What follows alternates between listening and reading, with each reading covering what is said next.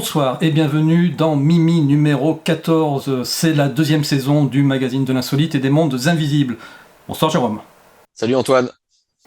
Alors ce soir, émission très chargée, très longue. Ceux qui nous réclament du long, là, je pense qu'on va en avoir. Parce qu'on n'a pas un, mais on a deux invités ce soir.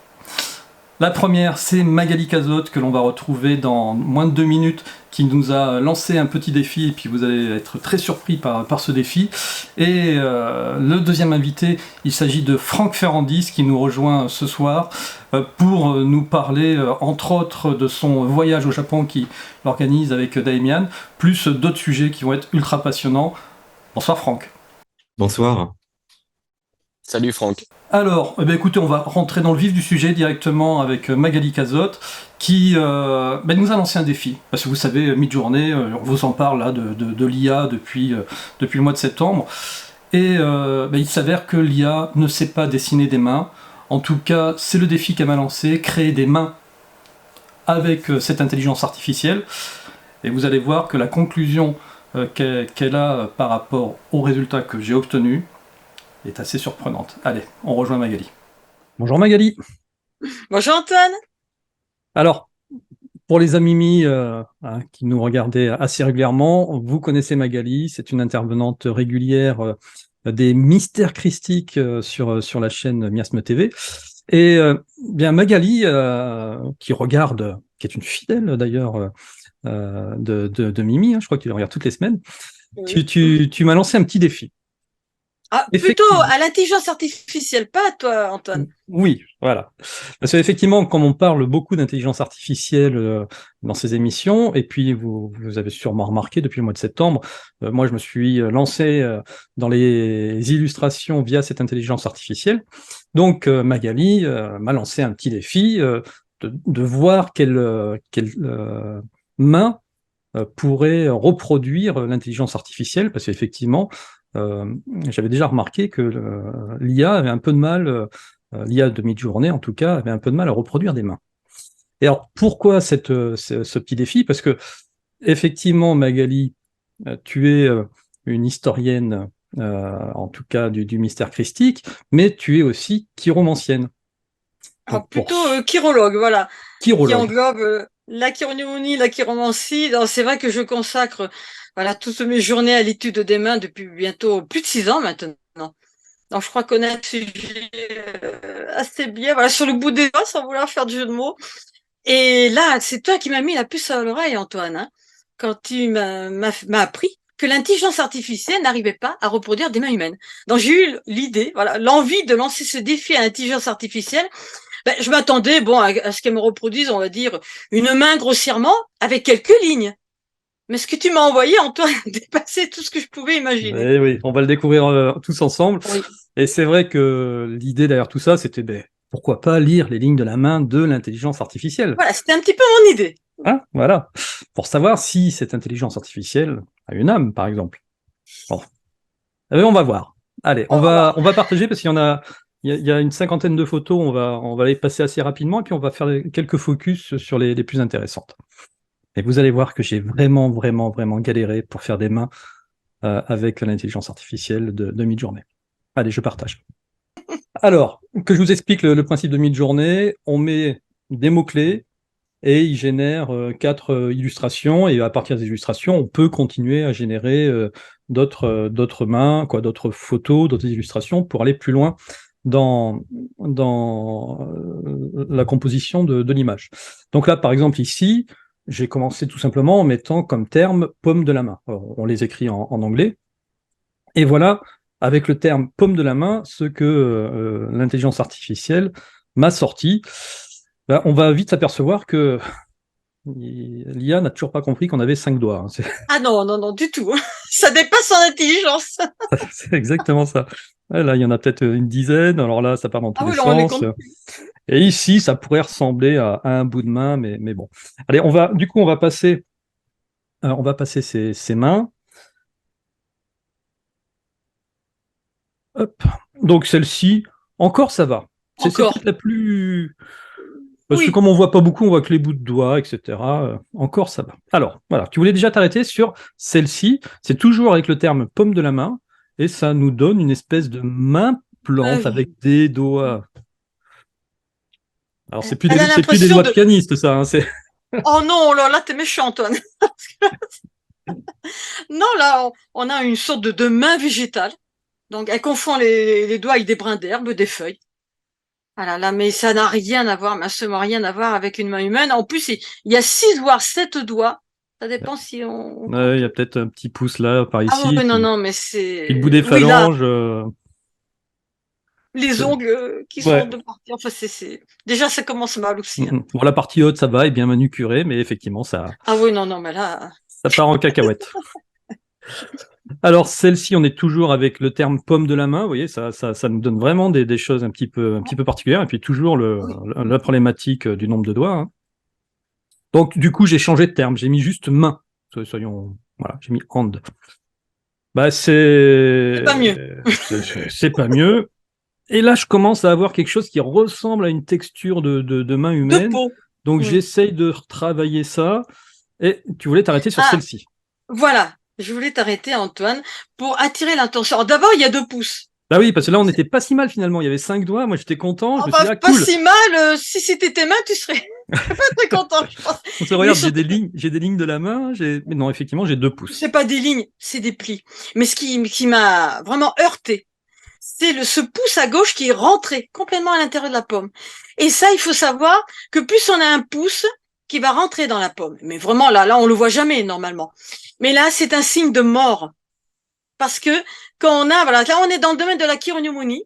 Quand on a, voilà, le pouce, je te montre ma main, ce qu'on appelle l'angle d'ouverture, l'espace entre le pouce et l'index. Bon, moi, le mien, il est au milieu, il est en équilibre. On peut l'avoir un peu plus rentré ou un peu plus ouvert. C'est pas grave. Mais quand on a un pouce qui est vraiment rentré dans la pomme, ça veut dire que la personne, elle a un refus de la vie. Elle est complètement refermée et donc elle pourra avoir des tendances suicidaires. Mais là, à ce point, c'est un signe de mort. On est fermé à la vie, on ne veut pas du tout s'ouvrir à la vie. Mm. Donc là, ça a attiré vraiment mon Voilà. attention. Donc, quel est le symbole derrière tout ça par rapport à l'IA? Ben, on va voir. On va continuer. Allez. Donc, on arrive à celle-ci où, du coup, je me suis dit, bon, peut-être que je suis pas assez précis dans ma demande. Donc, je vais mettre le terme main humaine. Voilà. Ah oui, Ah oui, on j'ai en mis est loin. le terme main humaine. Et puis, alors j'en avais fait plusieurs avec main humaine qui ressortaient pas terrible. Et du coup, j'avais rajouté ligne de la main et 5 doigts. La totale. Hein. Moi, je me suis dit, au moins, j'aurais une main humaine avec 5 doigts. Et Bon, il y en a 5 en haut à gauche, mais c'est tout. oui, Ouais. effectivement. Là, il y en a 6. Là, il y en a beaucoup plus. Et là, je t'en parle pas. Alors, qu'est-ce que tu Non. voulais dire sur cette photo-ci? Bah, on dirait ils me font penser, enfin, ces doigts me font penser à des troncs d'arbres. Et avec des nœuds, là, au niveau, ben là, on a les phalanges qui se plient, on a des nœuds, effectivement, ce qu'on appelle les nœuds philosophiques, on les voit bien. Mais là, ça n'a rien à voir. C'est vraiment épouvantable comme résultat. Donc, on dirait même un peu celle en haut à gauche, un petit peu comme des courts-circuits, là. C'est comme quelque chose. Autant celle de droite me fait plus penser à un tronc d'arbre, autant celle de gauche, on dirait, voilà, comme l'intérieur d'un ordinateur, quoi. On voit bien Ouais, l'intelligence artificielle. Hein. effectivement, Peter Jackson aurait pu les utiliser pour ses mains dent. Mais là, des mains humaines, non, non, non, effectivement. Ça le fait pas. Allez, alors là, d'autres, C'est pareil. voilà, allitération de ces mains dent. Voilà, celle-ci, là, oui, Ah, tu voulais t'arrêter. Alors là, j'ai alors, mis, mais toujours pareil, main humaine, ligne de la main, 5 doigts. eh Alors ben, dis donc. Alors, là, on déjà, en on a est. une. Là, ça y est, on en a une qui Oui, ressemble à une main. oui, Ah oui, quand même. quand même. Oui, à peu près. Quand t'as pas le bout des doigts, hein. Non, on sait pas trop. On sait pas la longueur, on sait pas le. Alors, celle de gauche, alors, tu verras, tu vois bien, il y a beaucoup plus de doigts. Et ses ongles rouges sur une peau blanche, bon, moi, ça me fait penser à des mains de vampire. Hein.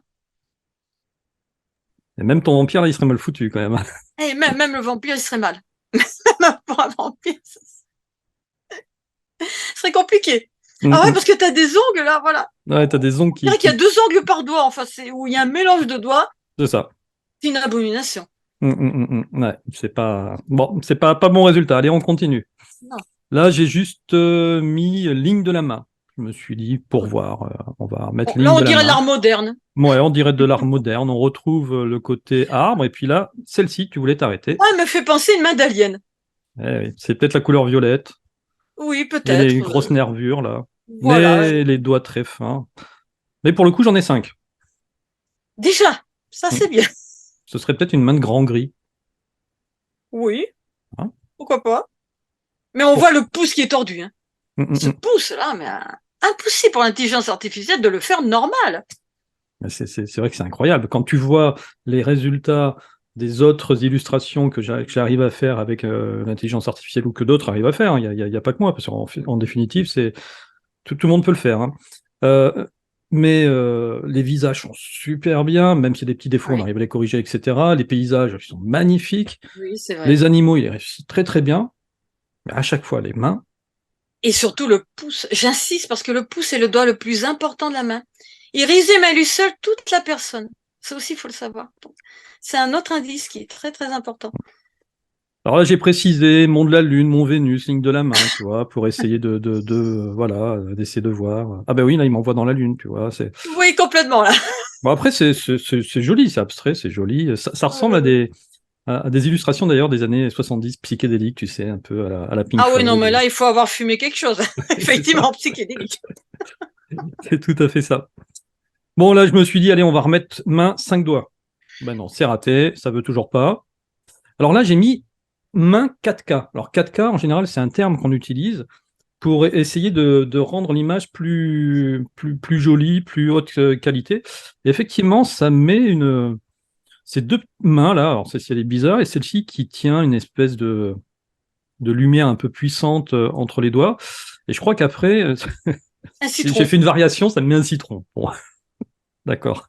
Et le pouce, t'as toujours pas raison, hein, il a toujours du mal avec le Il va pouce. pas du tout le pouce. Ah ouais, puis là, si on regarde bien, les doigts non plus, ça part en cacahuète, il n'y a pas. Non. Y a pas à dire. Alors là, ça m'a mis un peu d'art abstrait. Toujours, main 4K. On arrive plus bizarrement là avec 5 doigts ici, ça y est. Ah. Et là, je me suis Ah, dit, tiens, je vais changer. Je vais mettre deux mains. Je me suis dit, s'il n'arrive pas avec une seule main, peut-être qu'avec deux mains, c'est plus facile. ben, Donc, apparemment, non. Et celle de gauche, on dirait pas les mains d'un démon là, qui se tordent, les doigts se tordent comme de douleur. Et ouais. sur l'autre photo, là, j'ai remarqué, enfin, il faut la retourner, on le verrait mieux. Il y a comme des espèces de bagues. Et c'est très, très curieux. Hein.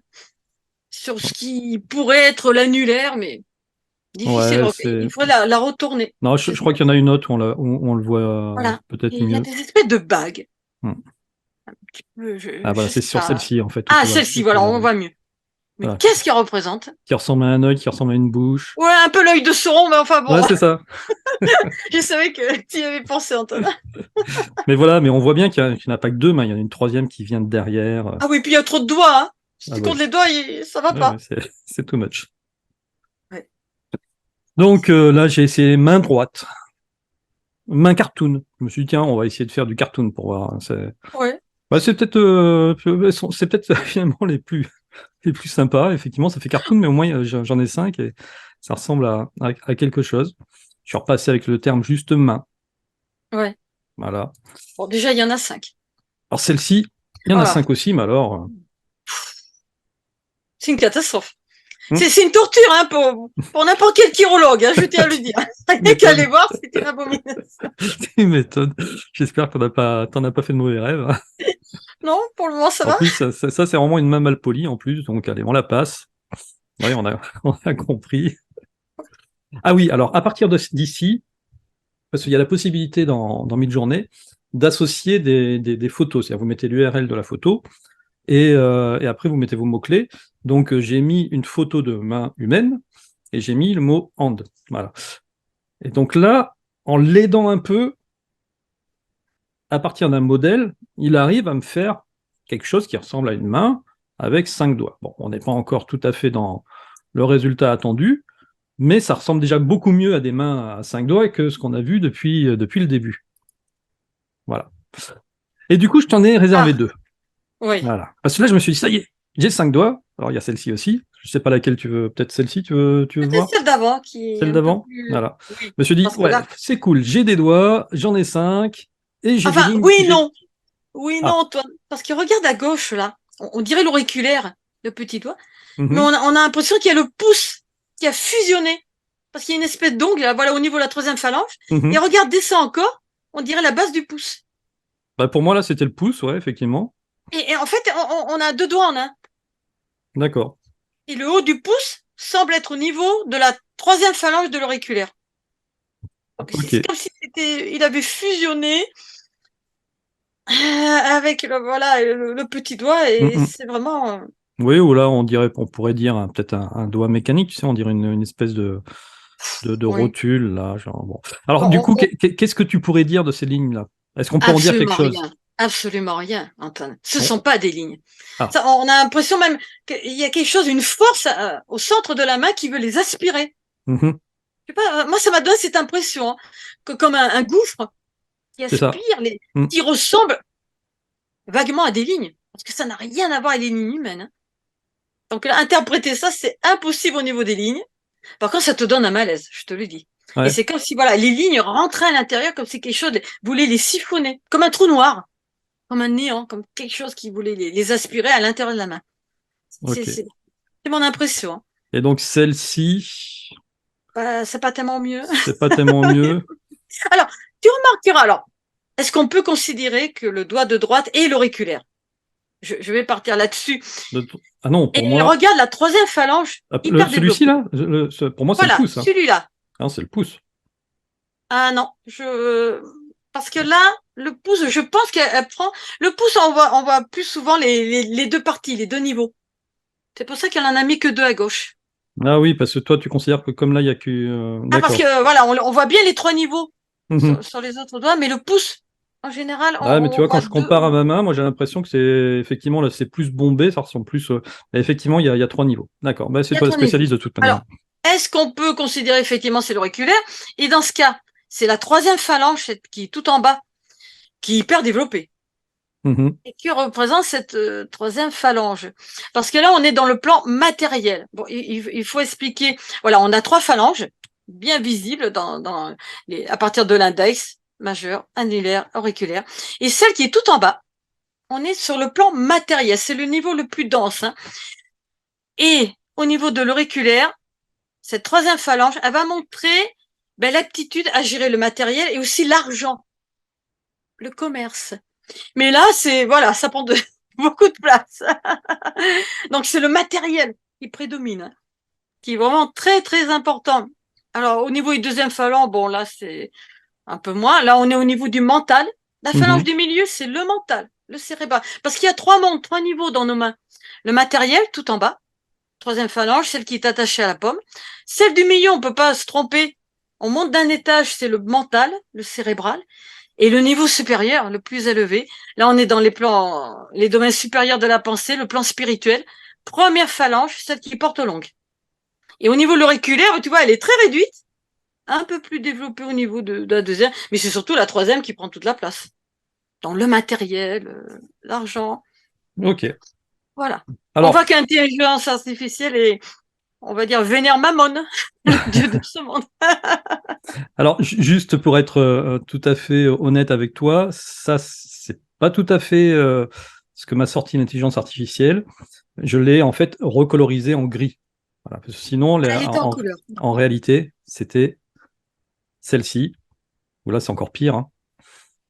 Alors là, je vois que deux phalanges à droite. Oh là là, oui. Voilà. Ah là, c'est celle-là, c'est celle-là. Que j'ai retourné en plus. Voilà. Parce que je D'accord. voulais avoir une main droite, main gauche, mais Oui, oh, c'est le même résultat en ouais, couleur, hein. c'est ça. C'est pas mieux. C'est pas pire. Alors du coup, Magali, quelle serait ta conclusion sur Eh ces bien, mains? ma conclusion, c'est que l'intelligence artificielle est tombée dans le piège que je lui ai tendu. Parce qu'en fait, c'était un piège, Antoine.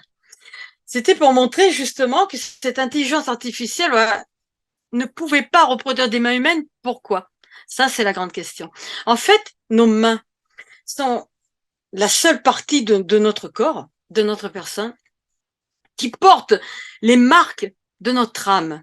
Voilà, parce qu'il faut savoir que les lignes de la main sont le programme écrit par notre âme avant même notre naissance, Antoine, puisque les lignes de la main apparaissent dès le 3e mois de la grossesse. Donc, on n'est même pas au monde que notre âme nous programme. Voilà, les événements majeurs, on va dire, de notre vie. Et donc, notre âme, qui elle-même est en contact, on va dire, avec les plans supérieurs, les plans divins. Voilà. On peut dire que nos mains, c'est un peu comme les 2 tables de pierre sur lesquelles, voilà, ont été écrites les commandements divins. Ah, c'est comme les tables reçues par Moïse. Nous avons ces tables-là. Voilà. Ce sont nos mains qui permettent, on va dire, au plan céleste, par le biais de notre âme, d'écrire, voilà, les commandements de notre vie. On va résumer ça. Donc, une intelligence qui n'a pas d'âme, qui est totalement dépourvue d'âme, et donc, n'ayant pas d'âme, n'est pas connectée au plan supérieur, ben voilà les horreurs que l'on obtient quand on lui demande de reproduire des mains humaines, parce que nos mains sont sacrées. Voilà. C'est elles qui portent les signes, on va dire, du ciel. Donc, c'est pour moi, c'est la preuve que, l'intelligence artificielle, bien sûr, est totalement dénuée d'âme, et c'est comme presque si elle avait l'interdiction de reproduire des mains humaines. Parce qu'il n'y a que le ciel, voilà, qui peut reproduire ces mains-là. Et donc voilà, c'est tout un symbole, Antoine, et ça nous amène aussi à de très très grandes réflexions. On pourrait aller beaucoup plus loin dans la réflexion. Tout à fait. En tout cas, voilà, c'était vraiment passionnant de faire ce test. Et je peux vous dire, j'y ai passé des heures à générer des mains, parce que là où d'habitude j'arrive à faire des illustrations plutôt pas mal, entre 5 et 20 minutes, en fonction du détail que je veux pousser, là j'y ai passé des heures. C'était impossible. Donc, si vous êtes sur d'autres IA, il y a Dali, il y a alors le troisième, j'ai plus son nom. N'hésitez pas, faites le test vous aussi. Peut-être Voilà. que c'est lié qu'à mi-journée, ou peut-être pas. Envoyez-nous vos mains et puis on pourra en reparler. Puis de toute manière, Magali, on se fera une émission ensemble là, pendant les fêtes, où on ira plus loin sur la notion d'intelligence artificielle. Et là, on voulait juste partager ce petit défi à nos amis pour voir quel était le résultat de ce défi. Eh bien, voilà, c'est catastrophique. Ah mais c'est pire que ce que je m'y attendais encore. Ok, eh bien Magali, je te remercie. Les amis, si vous voulez en savoir plus sur les activités de Magali, vous avez le lien de son site dans la description de la vidéo. Puis vous pouvez retrouver toutes ces anciennes émissions sur sa playlist avec notre amie Florinette ou même avec moi sur les premières. Magali, je te dis à très bientôt. Bah, à très bientôt, Antoine. Je vais demander à Franck et Jérôme voir ce qu'ils en pensent. Vous en pensez quoi, les garçons, de ces mains? Déjà, ce qu'on peut constater, c'est que les suites de Fibonacci, l'IA a un petit peu de mal avec. D'autre part, elle connaît pas du tout les catastrophes de René Thom. Catastrophes de René Thom, pour faire court, permettent la morphogénèse d'absolument tous les êtres sur Terre. Si on la complète avec l'équation of life de Jean-Claude Pérez, là, on a vraiment des mathématiques très puissantes pour décrire, je dirais, tous les êtres qui peuvent exister de par le monde. Donc, l'IA n'a pas intégré ça. En ce qui concerne en fait l'âme, en effet, il y a des images qui semblent très très glauques. Donc, il y a un côté, je dirais, très très angoissant, très très embêtant, mais en même temps fascinant. Euh, le problème de l'âme, moi je vais prendre ça du point de vue en fait jungien, elle ne naît qu'au 3e stade psychique. Or, est-ce qu'une IA peut atteindre ce stade? Là, c'est le grand problème. Pour connaître les textes de référence, évidemment, non. C'est exactement ça. Ta conclusion est très très bonne. Et toi, Jérôme, du coup, t'en penses quoi? Moi, quand tu m'as présenté ce programme-là, Made Journée, on en avait parlé, ça allait prendre la place des artistes, en fait. Et un artiste, il travaille avec quoi? Il travaille avec ses mains. Et je pense que juste par rapport à ça, déjà, cette IA, ouais, doit avoir un bug lorsqu'elle doit représenter des mains. Mais de toute manière, c'est aussi ce qui nous rassure, hein, même si on le voit, c'est en train de faire un boom, un essor vraiment extraordinaire. De plus en plus de monde l'utilise. Ça ne remplacera pas complètement de vrais artistes qui l'utilisent. On a Jean Toledo qui l'utilise pas mal on partage de temps en temps sur Instagram. Voilà. Il y a des choses qui peuvent être faites finalement par des kidam comme moi qui n'ont pas le talent de dessinateur, et là c'est l'éclate. Mais par contre ceux qui vont mettre leur âme et puis qui vont dessiner avec de l'âme, ça les remplacera jamais. En tout cas, l'intelligence artificielle aujourd'hui n'y arrivera pas, et je suis pas sûr que un jour elle arrive à justement toucher du doigt cette âme divine, cette étincelle divine, ou alors c'est fini, on sera complètement remplacé. Mais d'ici là, je pense qu'on va pouvoir faire un petit voyage. Allez, un petit voyage autour du monde, côté du Japon, parce que vous savez que Franck est un très très grand passionné du Japon. D'ailleurs, il a sorti 3 ouvrages. Secret Japon, numéro 1, on en a déjà parlé dans Génération Cité d'Or. Secret Japon, numéro 2, et puis forcément le numéro 3 qui est ici, qu'on retrouve sur Amazon, je crois, et puis dans toutes les boutiques, les bonnes boutiques. Tout à fait. Par exemple, la librairie japonaise Junku ou d'autres endroits dans Paris. Voilà. Mais le plus simple, en effet, c'est de passer par ce grand géant dont il faut tirer parti, qui s'appelle Amazon. Ouais, mais voilà, il y a plein de débats. En tout cas, ça peut servir, surtout ceux qui sont complètement paumés à la campagne. Voilà, ça peut quand même servir. En tout cas, Franck, au Japon, tu vas nous y amener avec notre ami Daimian, parce que vous avez prévu donc de faire un séjour, un périple sur les terres mystérieuses du Japon. En 2 mots, où est-ce que vous allez? Et si tu veux, je peux commencer à partager quelques images. Donc voilà ces premières images que tu voulais nous présenter, Franck. Oui, en effet, c'est en fait une partie de ce que nous allons voir. Nous voyons en fait différentes choses.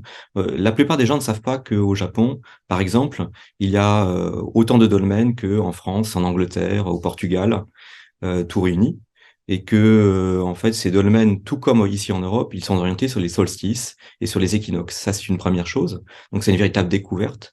En fait, on pense qu'il y a un peu plus de 20 000 mégalithes minimum en fait au Japon. On est peut-être beaucoup plus proche des 100 000, allons savoir, parce que beaucoup de choses en fait restent à découvrir. D'autre part, ce que nous voyons sont des grottes aménagées. Il y en a énormément en fait au Japon, dans tous les coins du pays. Et là encore, ce sont des lieux de découverte assez inouïs. L'image que nous voyons au centre, c'est Ishin Hoden. Alors, on le voit un tout petit peu, mais donc cette pierre, c'est un immense monolithe qui fait entre 500 et 600 tonnes. La famille qui le garde en fait depuis au moins l'an 97 de notre ère. Donc c'est un monument qui doit dater en fait de la préhistoire japonaise. Malheureusement, on n'a pas spécialement d'archives, mais en tout cas, il est considéré comme l'un des 3 plus grands trésors du Japon. Et il est situé en fait sur une colline. Et donc on le voit un tout petit peu. Il y a en dessous un bassin, et ce bassin en fait crée une illusion d'optique. On a l'impression que ce bloc énorme en fait qui pointe vers des régions totalement mystérieuse. On a l'impression que ce bloc flotte à 30 ou 40 centimètres au-dessus du sol. C'est saisissant. C'est saisissant. Pour la petite histoire, il faut savoir que pour devenir réellement empereur, il faut prier devant ce monument. Pour devenir shogun à l'époque des samouraïs, shogun c'était le dictateur militaire du Japon, il faut avoir l'autorisation de se rendre devant cet immense monolithe. Le dernier Et donc là, on se retrouve au sud du Japon, là, si je regarde tes petits... tout à fait. c'est ça? Voilà, en fait, on se trouve. Là, ce sera en fait la seconde partie du voyage. Nous serons du côté de Osaka, hein, pas très loin, tandis que là, nous voyons le dolmen de Ishibutai. Ishibutai, en fait, se trouve dans la région de Asuka, donc c'est au sud-est en fait d'Osaka. Et là-bas, en fait, on va trouver, on va être à la rencontre en fait de dizaines de monuments différents. Mm-mm. Donc là, Alors, ceci, on remonte un peu vers le centre du Japon. tout à fait. Alors, ça, c'est quelque chose que nous allons en fait rencontrer après notre périple du côté de Tokyo. Là, on voit un exemple de ces tertres pyramidaux géants. Nous allons en particulier voir alors là, c'est enfin, entre guillemets un tout petit, le grand tumulus en fait de Denserio. Donc c'est sans doute la pyramide japonaise la plus grande que l'on ait retrouvée. Elle fait un peu plus de presque 850 mètres de long. donc c'est immense.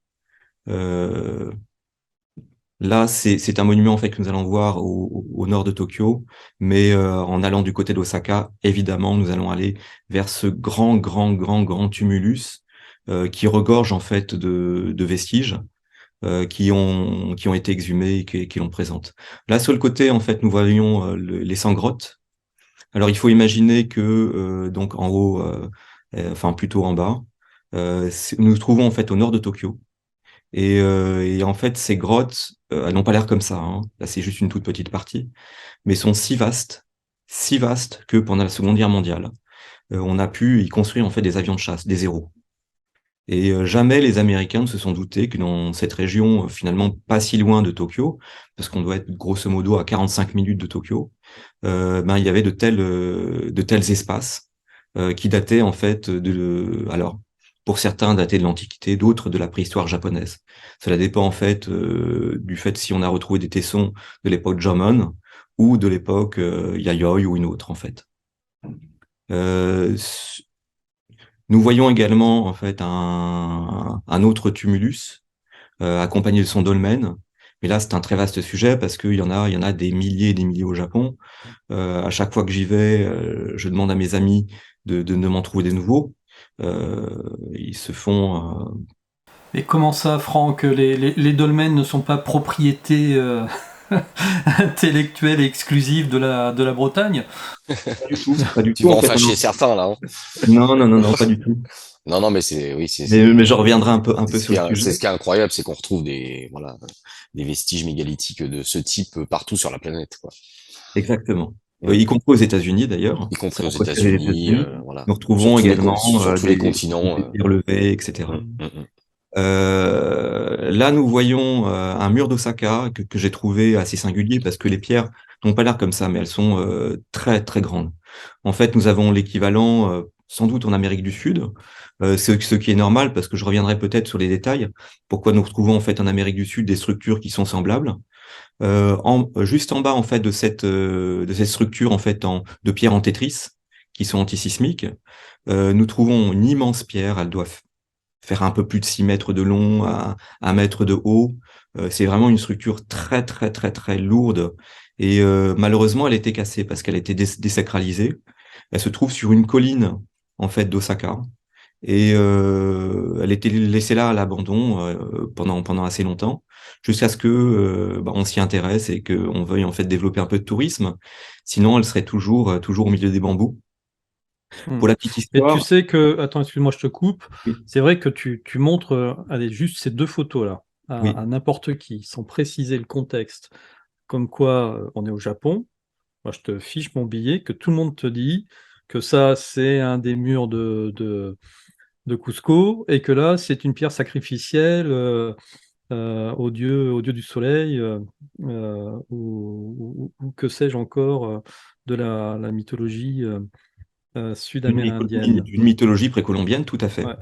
Tout à fait. Donc, et là, c'est vrai que quand on voit ça et qu'on se dit c'est au Japon, il y a quand même des similitudes qui sont plus que surprenantes, hein. Oui, parce que simplement pour prendre, peut-être qu'on aura l'occasion de revenir sur les différents monuments, mais juste pour prendre en fait la photo qui se trouve au centre, il faut imaginer que cet ensemble est haut comme un immeuble de 2 étages et demi, 3 étages. Et donc on est tout petit à côté de ce monument-là, qui s'appelle Masuda no Yafune. Il est tout autour de lui, il y a des dizaines et des dizaines en fait de monuments qui sont encore dans la terre ou qui ont été à peine exhumés, notamment en fait des terres pyramidaux, des dolmens, en fait beaucoup de choses. Pour la petite histoire, tu parlais d'ensemble précolombien. En effet, il y a ce qu'on appelle en fait les kararumi en Amérique du Sud, qui sont des structures qui sont équivalentes. Donc oui, copier-coller peut-être avec l'Amérique du Sud, oui, en effet. Sur la droite, nous avons le pointeur de l'immense bloc qui fait 500 ou 600 tonnes du monolithe en fait de Ishin-Hoden. Et là, nous voyons en fait un petit temple Shinto qui se trouve tout de suite derrière, parce qu'évidemment, c'est un endroit habité par les dieux. Là encore, nous allons aller à la rencontre de ce qu'on appelle les Iwakura, c'est-à-dire les endroits où sont descendus les dieux, et qui sont des lieux à la fois magiques et pleins de mystères. qui sont des lieux qu'il faut respecter parce que, bien évidemment, la religion du Japon, c'est le Shinto, et nous allons être appelés à rencontrer en fait des prêtres Shinto et sans doute des pèlerins qui, faisant leur chemin dans la montagne, iront faire dévotion au kami. Donc Ok. voilà. Juste pour revenir sur le monument qui se trouve en fait sur la gauche, qui est plein de saillies. Oui. Il y a différentes études qui ont été faites, notamment par l'université de Tokyo, il y a maintenant un peu plus d'une trentaine d'années, pour savoir à quoi correspondaient en fait ces saillies. Et avant que la pierre ne soit désacralisée, c'est-à-dire cassée, elles auraient été orientées sur certaines constellations au moment du comment dire du solstice d'hiver. Et donc, d'après ces recherches faites par l'homme qui enseignait tout ce qui était astronomie au muséum à l'université de Tokyo, donc Todai, l'une des meilleures universités en fait d'Asie, on aurait versé soit de l'eau, soit mieux encore du kuchikami sake. Alors, qu'est-ce que c'est que le kuchikami sake? C'est une prêtresse va prendre du riz sauvage, le mâcher dans sa bouche, le laisser fermenter et cela crée un saké au bout d'une 2 ou 3 ans. Et si on verse en fait ce saké à l'intérieur de ces rigoles, le taux de viscosité est si particulier qu'il reflète parfaitement toutes les constellations. Et donc on se trouve finalement devant un système pour observer les étoiles d'une précision extraordinaire par rapport bien sûr à l'époque où il a été bâti. Donc nous trouvons sans doute pendant Jomon, pendant la préhistoire japonaise, peut-être que les calculs ont été faits, et ensuite ce monument a été désacralisé au début de l'Antiquité. D'ailleurs, en bas, c'est un autre monument que nous allons voir. En bas, en fait, de cette colline, il y a un temple qui a été érigé au tout début de l'Antiquité et qui reprend à peu près les mêmes structures avec une tortue monde. Et une vasque, en fait, de ces tortues mondes permet de refléter les constellations. Là, nous trouvons devant un sarcophage, parce que évidemment, qui dit entre guillemets pyramide dit également sarcophage. C'est tout simplement parce que quand on a une religion classique, le plus évident, c'est de mettre un ambassadeur en quelque sorte à l'intérieur des tertres sacrés pour représenter le clan ou tout simplement le peuple. Il faut savoir que ces couloirs, donc ces dolmens, qui sont à l'intérieur de ces pyramides, de ces tertres pyramidaux, sont tous orientés sur le solstice d'hiver.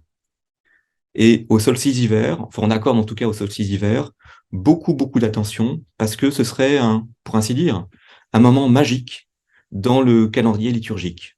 Pas seulement parce que c'est un moment cinétique un peu particulier dans la course de la Terre autour du Soleil, mais également parce que des forces en fait s'échapperaient tout autour de la Terre et en particulier à partir de ces points précis que sont ces couloirs. Donc je pense que beaucoup ont entendu parler de Gravanis, de cette petite expérience qui s'est passée avec l'équipe de la BBC qui avait voulu en fait filmer le lever de soleil au solstice d'hiver à l'intérieur du couloir et que toutes les batteries en fait s'étaient déchargées. Eh bien, il semblerait en fait qu'il y ait le même type de phénomène au Japon devant en fait les monuments qui se trouvent être complets. Et malheureusement, ça ne marche qu'avec les monuments qui se trouvent être complets, comme s'il y avait un système de décharge. Donc Ça, ça a été- c'était des machines, hein.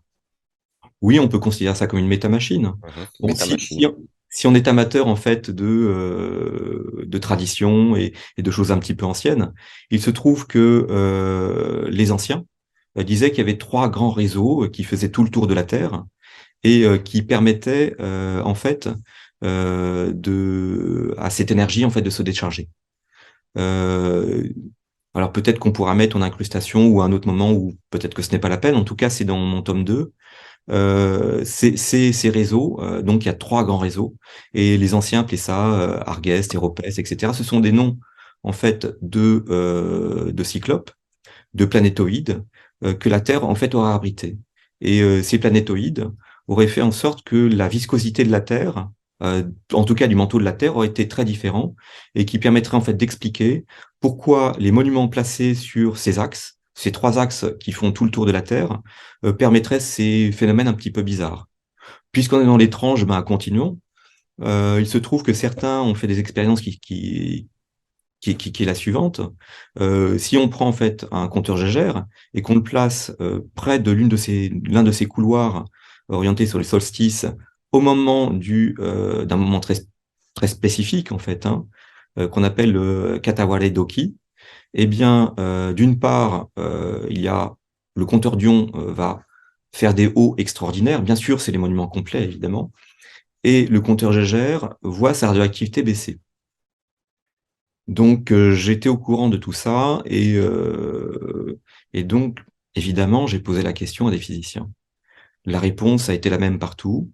Si la radioactivité baisse, c'est parce qu'il y a dilatation de l'espace-temps.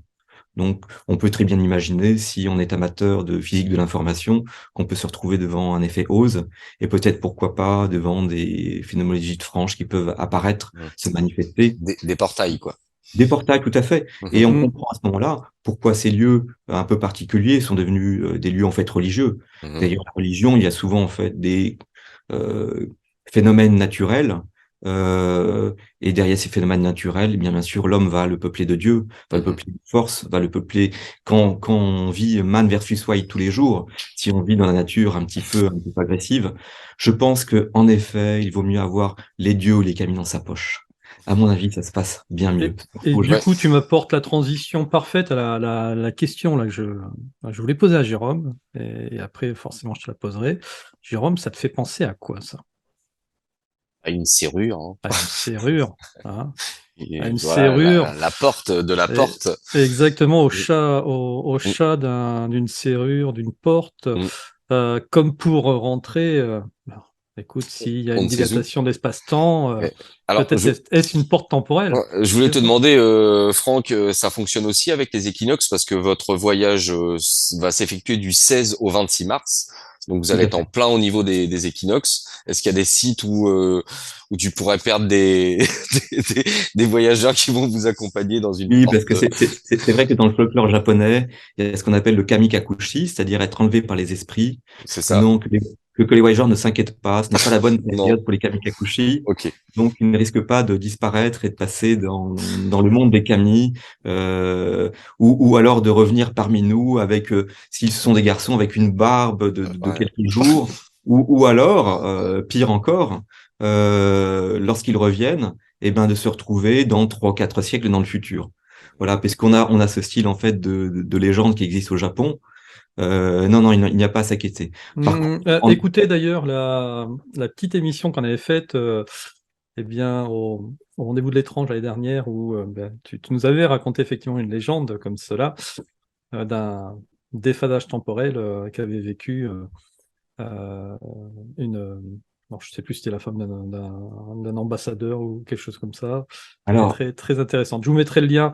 On la refera pas ce soir, mais je vous mettrai le lien dans l'émission. Oui, il s'agit en fait des chaussures rouges. Les fameuses chaussures rouges, c'est ça, voilà. merci. Et pour résumer, alors là, je vais pas rentrer dans les mathématiques, mais il se trouve qu'en 1953-54, l'un de nos meilleurs mathématiciens a pu mettre ça sous forme d'équation, mais il peut se créer en fait des hyperboles d'un type très particulier. Localement, en fait, l'espace se comporte comme le nôtre, même s'il est quasiment infini, mais la courbe de temps en fait est inversée.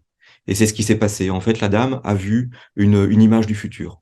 Donc, dans l'univers bloc d'Einstein, on est dans un axe de temps qui est futur potentiel vers passé actualisé. Et puis nous, via notre psychoïde, notre rapport matière-psyché, nous arrêtons en fait le présent, un présent. C'est un présent collectif.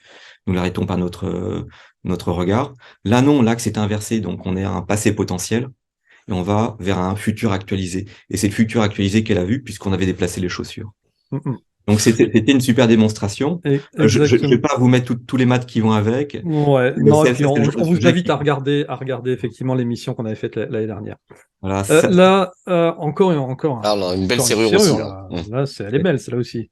Elle est super, nous allons la visiter. Nous trouvons en banlieue d'Osaka.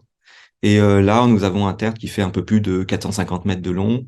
L'ensemble est immense parce qu'il fait un peu plus de 800 mètres. Et comme on le voit, à chaque fois qu'on parle de tertres pyramidaux, on trouve à chaque fois l'eau autour. C'est ce que Comme si on avait besoin de ceci, voilà, ceci pour faire cela. de l'eau sur ces sites. Oui. Voilà, il y a toujours de l'eau sur ces sites. Ça, c'est une constante. Alors bon, on va pas épiloguer sur ce qu'on peut Non, faire parce que dans là, une métamachine on par en rapport à parlera l'eau. ensemble, Franck, dans Voilà. l'émission Mais que nous prévoyons. voilà un exemple de sarcophage, parce que évidemment, nous trouvons les sarcophages dans l'ensemble de ces grands monuments, puisque ils ont été réinvestis pendant l'Antiquité, pendant l'Antiquité jusque au début, comment dire, de la période classique. Généralement, en fait, ces lieux sont respectés parce que les intercesseurs qu'on a choisi de mettre dans ces couloirs, évidemment, ce sont des personnages considérables. Si je puis dire, ce sont les pharaons du Japon. Pourquoi est-ce que je parle de pharaon pour pas... Bon, ce n'est pas un abus de langage. Il faut comprendre que l'empereur du Japon est à la fois le maître du pays et en même temps c'est l'intercesseur avec les dieux, c'est le chef de la religion. Donc quand je parle de pharaon, c'est pour faire comprendre les choses et je pense que le parallèle est assez bon. Là, ce qui se passe, c'est que dans tous ces monuments, nous allons trouver en effet des pharaons, ou mieux encore, la femme du pharaon, puisqu'il y a un lien très particulier et sans doute beaucoup plus fort, sans doute lié au féminin sacré tel qu'il est projeté dans l'imaginaire en fait en Asie, qui est présent là. Il est beaucoup plus assuré de pouvoir communiquer avec les dieux si on se sert comme intercesseur d'une chamane shinto à l'intérieur de ces coffres, bien évidemment. Bien évidemment. Ce qu'on a vu tout à l'heure, c'était simplement des offrandes. Et comme on a pu le voir, le type d'offrande que on trouve aux alentours de ces sarcophages dénote complètement avec la nature, on peut dire, préhistorique de ces couloirs. Bien évidemment, puisque ces choses-là ont été faites à des périodes différentes. Tout ça a été réinvesti à une époque historique, bien évidemment. Donc ça, ce sont des lieux que nous allons visiter. Hein. Ouais. Et tu vas aussi, je te propose de passer à Osaka. Donc, du coup, dans ton périple, vous allez passer sur Osaka. Alors, déjà, rappelle-nous combien de temps va durer ce voyage. Parce que là, on a l'impression qu'il y a tellement de choses à voir que vous allez y passer Oui, 3 mois, oui, quoi. les journées seront très très denses. En fait, c'est du 16 au 26 mars. Les journées vont être très très très denses. On va voir énormément de choses. Je pense que j'espère que les gens seront très très en forme. Là, par exemple, nous trouvons à Asuka. Asuka, nous allons visiter pratiquement une dizaine de lieux. Il y a énormément de choses à voir. Là, c'est l'un des dolmens. Hein. Il y en a quatre en fait d'assez importants tout autour. Nous allons visiter le plus important. Donc Ishibutai a ce site particulier qu'il a été en fait investigué par Howard Crust, le grand spécialiste d'archéoastronomie. Et il a trouvé que, évidemment, cet ensemble est orienté selon les solstices, en particulier le solstice d'hiver. Donc ça, ce n'est pas du tout, en fait, une surprise. D'autre part, il faut savoir que les pierres de couverture font pratiquement 80 tonnes.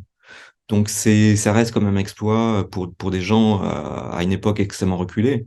Comme je l'ai dit, la plupart en fait de ces dolmens ont été édifiés pendant l'époque Jomon, donc une époque, c'est la préhistoire japonaise, même s'ils ont été réinvestis par la suite.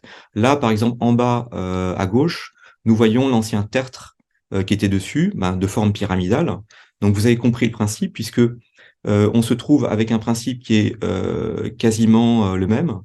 Nous avons un couloir de pierre orienté sur sur le solstice d'hiver, ou en tout cas selon le solstice d'hiver.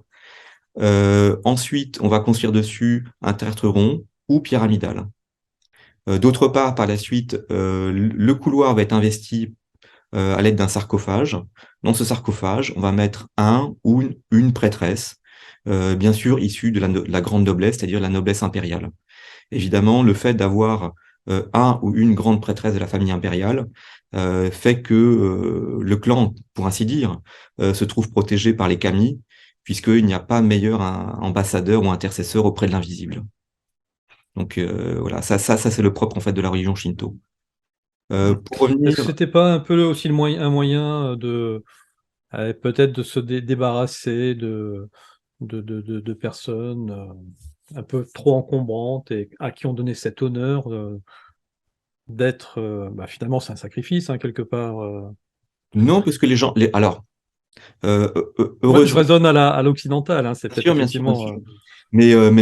Alors, c'est vrai qu'en Occident, ou dans d'autres civilisations, ce style de choses a existé, bien évidemment.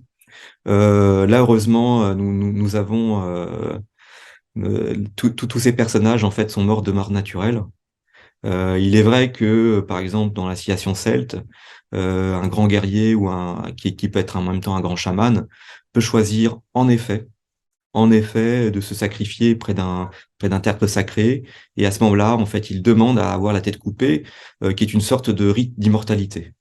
Et enfin voilà, je vais pas revenir sur les textes classiques parce qu'il y a beaucoup de choses à dire là-dessus.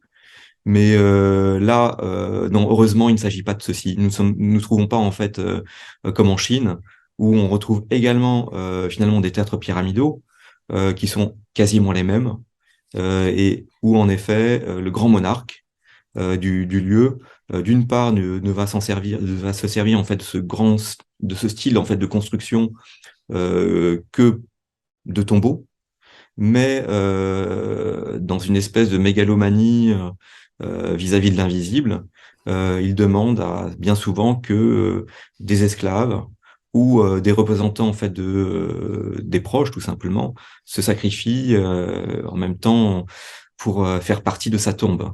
Donc c'est quelque chose, heureusement, qui a été remplacé par des guerriers de terre cuite. Et c'est ce qu'on retrouve évidemment au Japon, puisque on n'a pas de traces pour l'instant de sacrifices humains. Les défunts ne sont accompagnés que de représentations de terre cuite, de chevaux, comment dire, tout simplement de musiciens ou de guerriers. Donc on trouve la même tradition en fait au Japon et en Chine. Il me semble également qu'on la retrouve également un petit peu en Mongolie et également en Corée. On verra d'ailleurs tout à l'heure avec le deuxième sujet de Jérôme que des sacrifices humains, il y en a peut-être dans nos contrées, mais vous C'est verrez. très Je vous spoil pas tout. voilà. Franck, je te propose qu'on passe sur Masuda No Iwafune. no Yofune. Alors, est-ce que c'est No celle-ci? Iwafune, nous trouvons toujours en fait à Asuka. Alors vous voyez là c'est là, vous voyez en bas à droite, c'est l'un de mes amis. Et alors cet ami en fait fait 1,95 m et c'est une force de la nature. Et vous voyez, il est tout petit, hein. Donc c'est juste pour comprendre le gigantisme de ce monolithe. Il fait plus de 800 tonnes. Comme je l'ai dit tout à l'heure, il est aussi haut qu'un immeuble de 2,5 étages, 3 étages. Et il est planté là. Il est orienté sur le solstice d'hiver. Vous avez des fosses, en fait, qui se trouvent être remplies d'eau, en tout cas pour une, et qui fonctionnent comme les kararumi qu'on peut trouver en Amérique du Sud. C'est-à-dire que cela sert d'observatoire. Alors, comme toujours, malheureusement, j'ai été le seul à avoir fait des relevés. Là, ce que l'on voit, en fait, c'est l'un de mes dessins, c'est l'un de mes relevés, ce qui est fort dommage. Il se trouve qu'au Japon, on ne recherche pas spécialement, en tout cas ces dernières années, jusqu'à il y a les 3, 4 dernières années, les Japonais ne s'intéressent pas spécialement à la préhistoire ou à leur antiquité. Pour eux, ben, ce qui était important, c'était l'époque des samouraïs, c'est-à-dire l'époque de la guerre, ou l'époque Heian, lorsqu'ils reçoivent la grande influence en fait de Chine. Donc ce qui est un petit peu dommage. Or, il est évident que tous les monuments de la préhistoire, ou même du tout début de l'Antiquité, ce qui correspond à notre néolithique ou à notre mésolithique chez nous, grosso modo, hein, sont extrêmement intéressants. Là, sont d'autres relevés. Là, on peut voir en fait différentes choses. Euh, alors, là, il se trouverait en fait que ce monument. Alors là, on se trouve à Sakafune Ishi. Sakafune Ishi, c'était cette fameuse, ce grand monolithe qui fait pratiquement 6 mètres de long, qui était orienté sur solstice équinoxe et qui aurait pu être rempli en fait de saké. On le voit qu'il a été brisé. Là, nous voyons Ishibutai à nouveau, avec son couloir. Alors, pour la petite histoire, on y retrouve le yard mégalithique. L'ère mégalithique, c'est quelque chose d'assez particulier. Oh, les anciens s'embêtaient pas, hein. Ils avaient subdivisé l'année en 366 jours parce qu'il y avait 366 levées de soleil. Et puis tous les 40 ans, ils enlevaient un mois. Donc on tombe comme ça sur en fait trois nombres magiques, si je puis dire, 366, 40 et 10. Et avec ça, on a une série de constantes.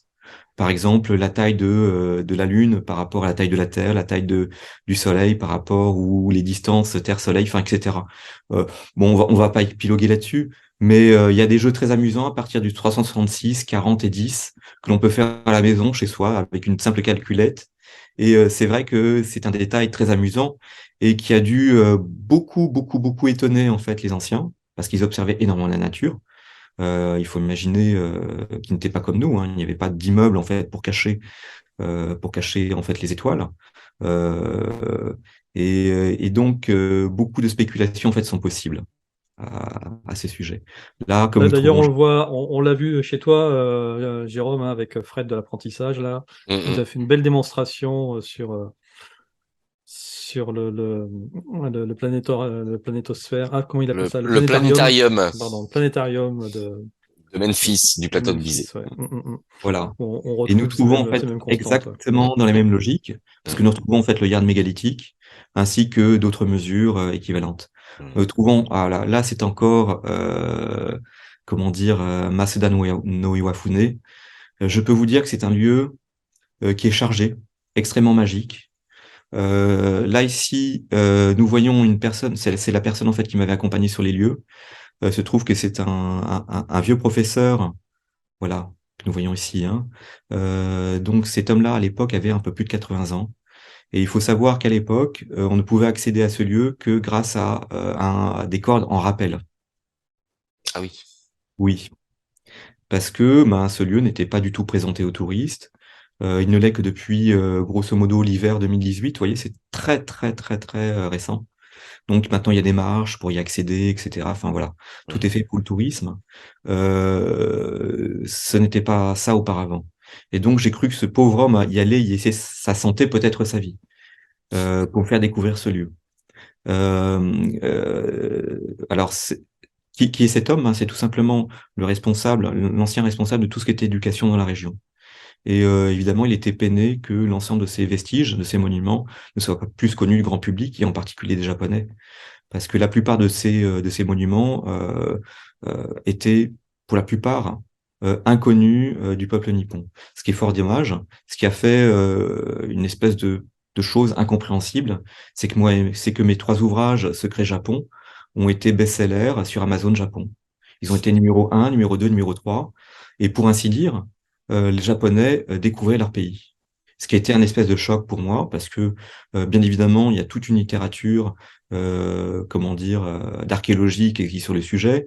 Il y a des livres de vulgarisation qui existaient auparavant, mais en effet, ils n'étaient pas grand public. Ils étaient vraiment pour les archéologues, pour une petite frange de gens, et de toute manière, enfin, le grand public ne s'y intéressait pas. Mm. Grosso modo, pour résumer les choses, je vais peut-être un petit peu caricaturer, mais il y a encore 5 ans, pour la plupart des Japonais, Amaterasu, grande déesse du soleil, crée le Japon, crée l'empereur du Japon, crée les ancêtres de l'empereur du Japon et les Japonais. Et on va pas se poser plus de questions finalement sur l'Antiquité, à part quelques dessins dans leurs livres de cours d'histoire. Et encore, on va faire quelques kofun et la chose est vite close. Ce qui est fort dommage. Or, on peut constater maintenant un nouveau mouvement depuis maintenant 5 ans, 4-5 ans. J'ai l'impression que j'étais l'un des initiateurs de revalorisation en fait de ce patrimoine, de ces entre 20 000 et 100 000 mégalithes. Parce qu'il nous raconte une autre histoire du Japon, une autre histoire du monde en définitive. Une histoire beaucoup plus globale et globalisante. Là, nous voyons à nouveau, comment dire, Masanano Efune noter la précision de la coupe. Voilà, n'oublions pas que nous sommes dans la préhistoire japonaise. Hein. Donc, Et c'est quelle roche? je l'avais noté. Non, ce n'est pas de l'andésite. En fait, c'est un grès tout à fait classique. Un grès, oui, c'est déjà une pierre Voilà, assez dure, quoi. c'est déjà assez dur, c'est pour ça qu'il a duré si longtemps. Mhm. Il y a un document en fait qu'on vient de passer qui est très important. Il se trouve que ça sera mon prochain article dans le Japan Magazine. Pour la première fois, en fait, je pense malheureusement dans un magazine, y compris au Japon. Il se trouve qu'au XVIIIe siècle, des lettrés japonais se sont intéressés à ces monuments. Et tout simplement parce que c'était la vogue des pèlerinages.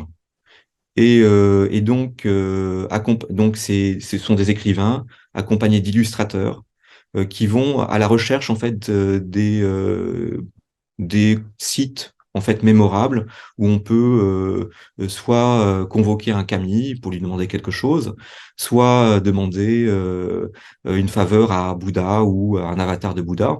Donc c'est à la fois bouddhiste et shinto. Et sur le chemin, évidemment, ces personnes du XVIIIe siècle notent ces monuments exceptionnels. Et ensuite, tout ça retombe dans l'oubli.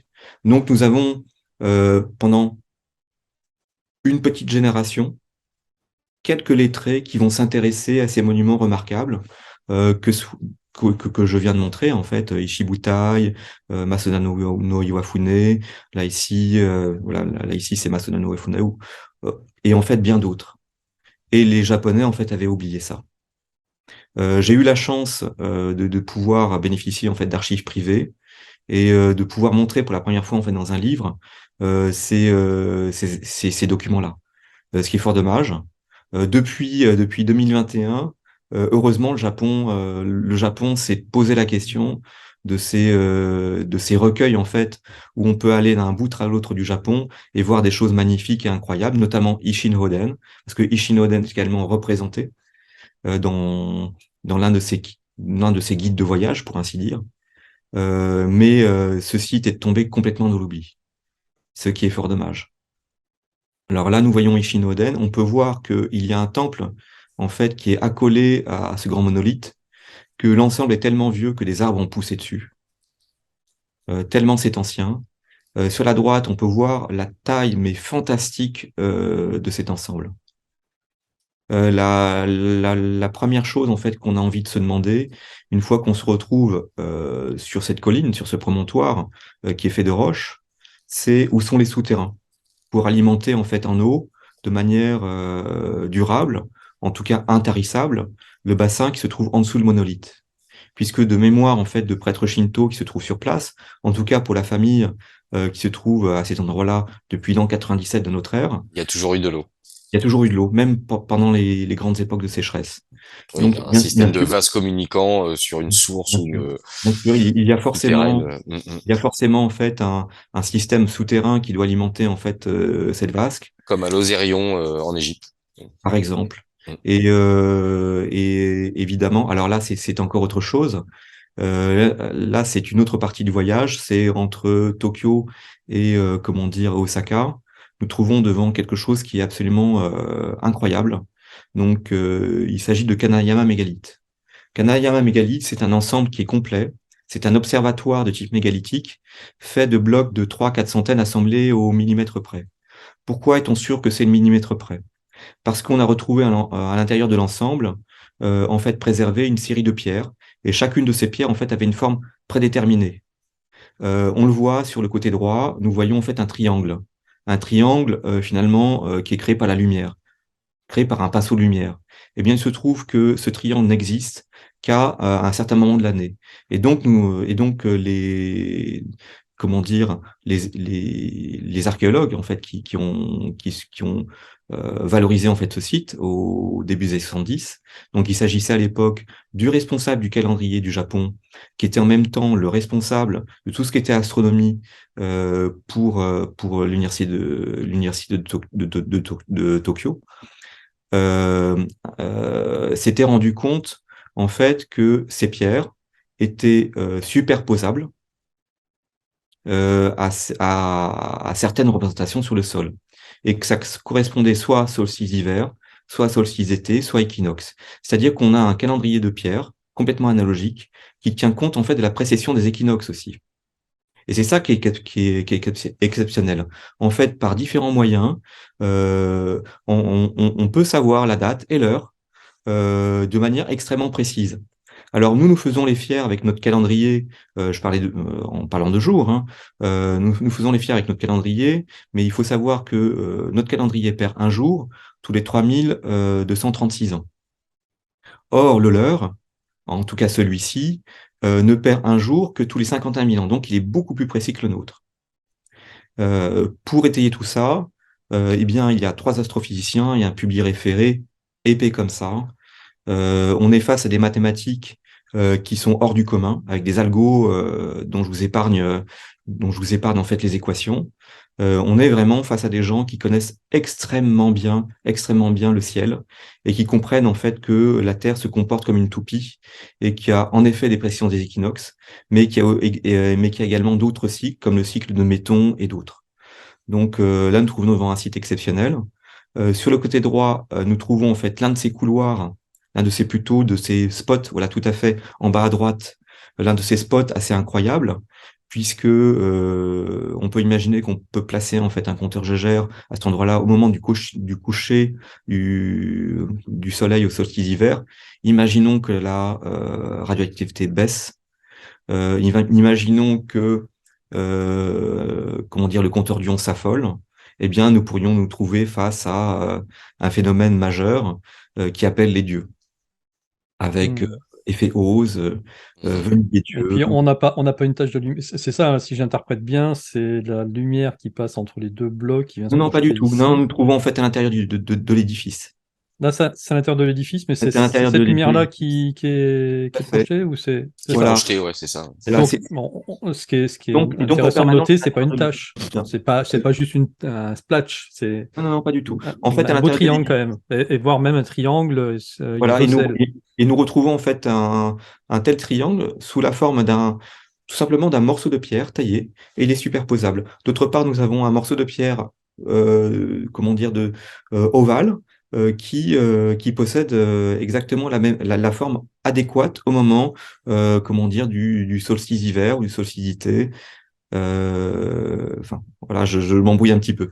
Voilà, au moment des équinoxes, de manière générale, et au moment des solstices. Voilà. Parce que le site est très très très complexe. On pourrait passer en fait toute une émission sur le sujet. Il y a peut-être un autre Slack qui est peut-être intéressant. C'est Ouais, ça sera peut-être le dernier parce qu'on y a passé déjà une belle partie de cette ouais, c'est émission. vrai, On vous l'a dit qu'elle serait très très longue cette c'est émission, vrai. mais c'est tellement passionnant. Honnêtement, Voilà. on a Là, on vraiment voit deux envie exemples. d'y aller. Ouais, Voilà, ça donne envie d'y aller, c'est ce que j'allais dire. voilà, voilà. Donc nous avons l'ensemble qui se trouve derrière. Donc il faut imaginer des blocs qui font 400 tonnes. Et à l'intérieur en fait de cet ensemble que l'on ne voit pas ici, on voit simplement les traits de lumière qui correspondent à solstice, équinoxe, et bien sûr à des mathématiques hors du commun pour des gens qui se trouvent finalement dans la préhistoire japonaise. Mm. Voilà, voilà. Comme je Bon, disais, ça donne vraiment envie d'y aller. Alors, clairement, ouais. est-ce qu'il reste des places du coup? Il en reste deux. Il Il reste reste 2 deux places. places. Alors, voilà. Donc Vous allez Ah, pouvoir donc, les vendre aux enchères. Là, il y a tout le monde qui va vouloir là, venir. vous. ah, mais donc il faut comprendre que là on a vu Bah, non, mais une Antoine, toi et moi, voilà, il peu de reste 2 choses. places. On part tous les deux. Ben, notre petit euro million là Ah bah qu'on va voilà. Ah toucher bah, oui, on va jouer d'ici la fin de l'année, à hein, Noël. dispo là. Et là, il faut juste se rendre compte qu'on a vu très très peu de choses par rapport à ce qu'on va explorer. Les journées vont être très très très très complètes. Ne serait-ce que à Asuka, on va voir au moins presque pratiquement une dizaine de sites, hein. Donc beaucoup plus que ce qu'on a présenté ici. Osaka, on va aller à la rencontre en fait de ces dalles géantes qui à l'origine faisaient entre 200 et 300 tonnes. En fait, ça c'est une étude de l'université d'Osaka. Elles ont été débitées en blocs plus petits pour servir en fait à l'intérieur de l'enceinte. Il se trouve qu'il y a des îles au large du Japon qui conservent en fait des dolmens avec des dalles de 2 ou 300 tonnes. Bon, il faut imaginer, hein, tac, 300 tonnes sur le dessus. Elles ont été épargnées parce que il n'y avait pas d'âge de la guerre et donc on ne devait pas construire à toute vitesse, des châteaux. Et bien sûr, dans ces châteaux, on trouve des murs polygonaux, des murs en Tetris. Là encore, il y a des mathématiques qui sont fascinantes derrière puisque tout ça est antisismique. Voilà. Et nous verrons tout ça plus beaucoup, beaucoup, beaucoup d'autres choses. Voilà, c'est un voyage très, très complet. Donc Euh, pendant ce voyage, et excuse-moi, je te coupe, oui, Franck, tu seras aussi guide, hein, donc pour présenter ces lieux, quoi. en Je effet. tenais à le préciser. Voilà. Ce qui est même très important. Ce qui est très important.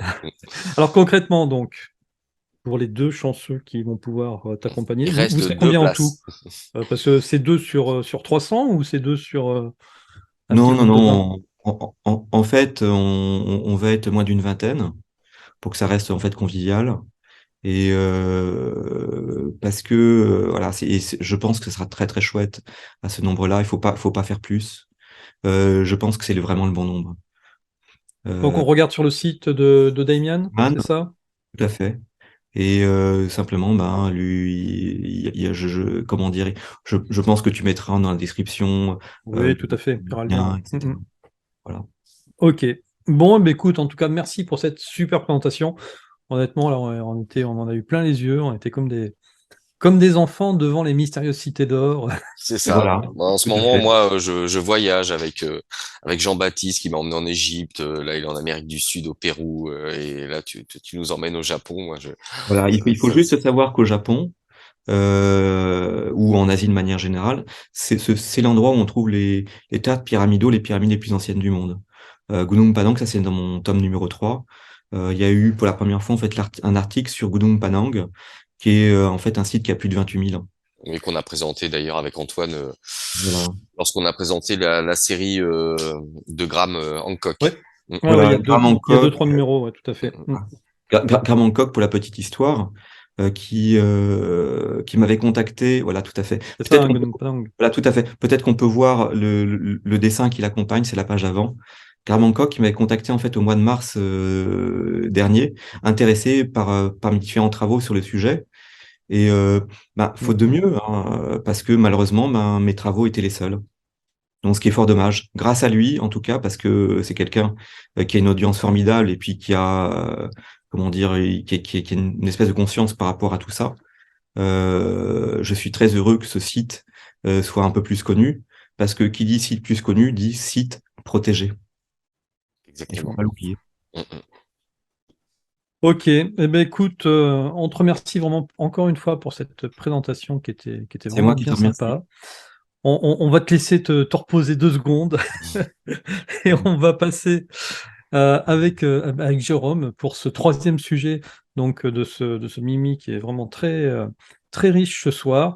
Jérôme, tu nous as dégoté une petite vidéo des plus Plus intrigantes. insolite hein, pour un Mimi. Voilà. Mm, mm. Ouais, celle-là, elle est insolite. Hein. Alors, le titre de la vidéo, c'est la découverte la plus choquante de ma vie. Donc, je suis tombé là-dessus. Ça vient de la chaîne YouTube Adrien Urbex. En fait, sur sa chaîne, lui, depuis 2016, il diffuse des vidéos d'exploration de lieux insolites abandonnés un petit peu partout en France, quoi. Et puis bah là, voilà, c'est la toute dernière vidéo qu'il a mis en ligne. Alors moi, je vous invite à aller la voir. Hein. On va pas la regarder parce qu'elle fait 27 minutes. Alors en fait, il visite là un ancien château abandonné. Donc déjà, lorsqu'il rentre dans ce château, bon, lui s'attendait à trouver un château en ruine, et là, il a vraiment été extrêmement surpris par tout ce qu'il a découvert. Alors quand vous verrez la vidéo, vous allez voir, hein, il va trouver des squelettes humains. D'ailleurs avec des crânes de tailles différentes, donc il présume c'était peut-être un adolescent. Des outils chirurgicaux, des lamelles de microscope avec des prélèvements humains, c'est marqué dessus, des lambeaux de chair séchée, des appareils de laboratoire, mais vraiment, tu te demandes ce qu'il faisait avec ça, quoi. Et puis bah alors là, ça commence à devenir le plus surprenant dans sa vidéo, c'est qu'à un moment donné, il va descendre, il le dit lui-même, hein, de plusieurs mètres, de plusieurs dizaines de mètres sous le château. Et là, il va tomber, voilà, dans une espèce d'immense cave. Alors, c'est un laboratoire alchimique maçonnique. Voilà, entre guillemets, c'est comme ça qu'il présente le truc. Alors, il découvre, il y a des documents, c'est des textes alchimiques, moi qui me suis intéressé à l'alchimie. Donc voilà, comment faire la pierre philosophale, etc.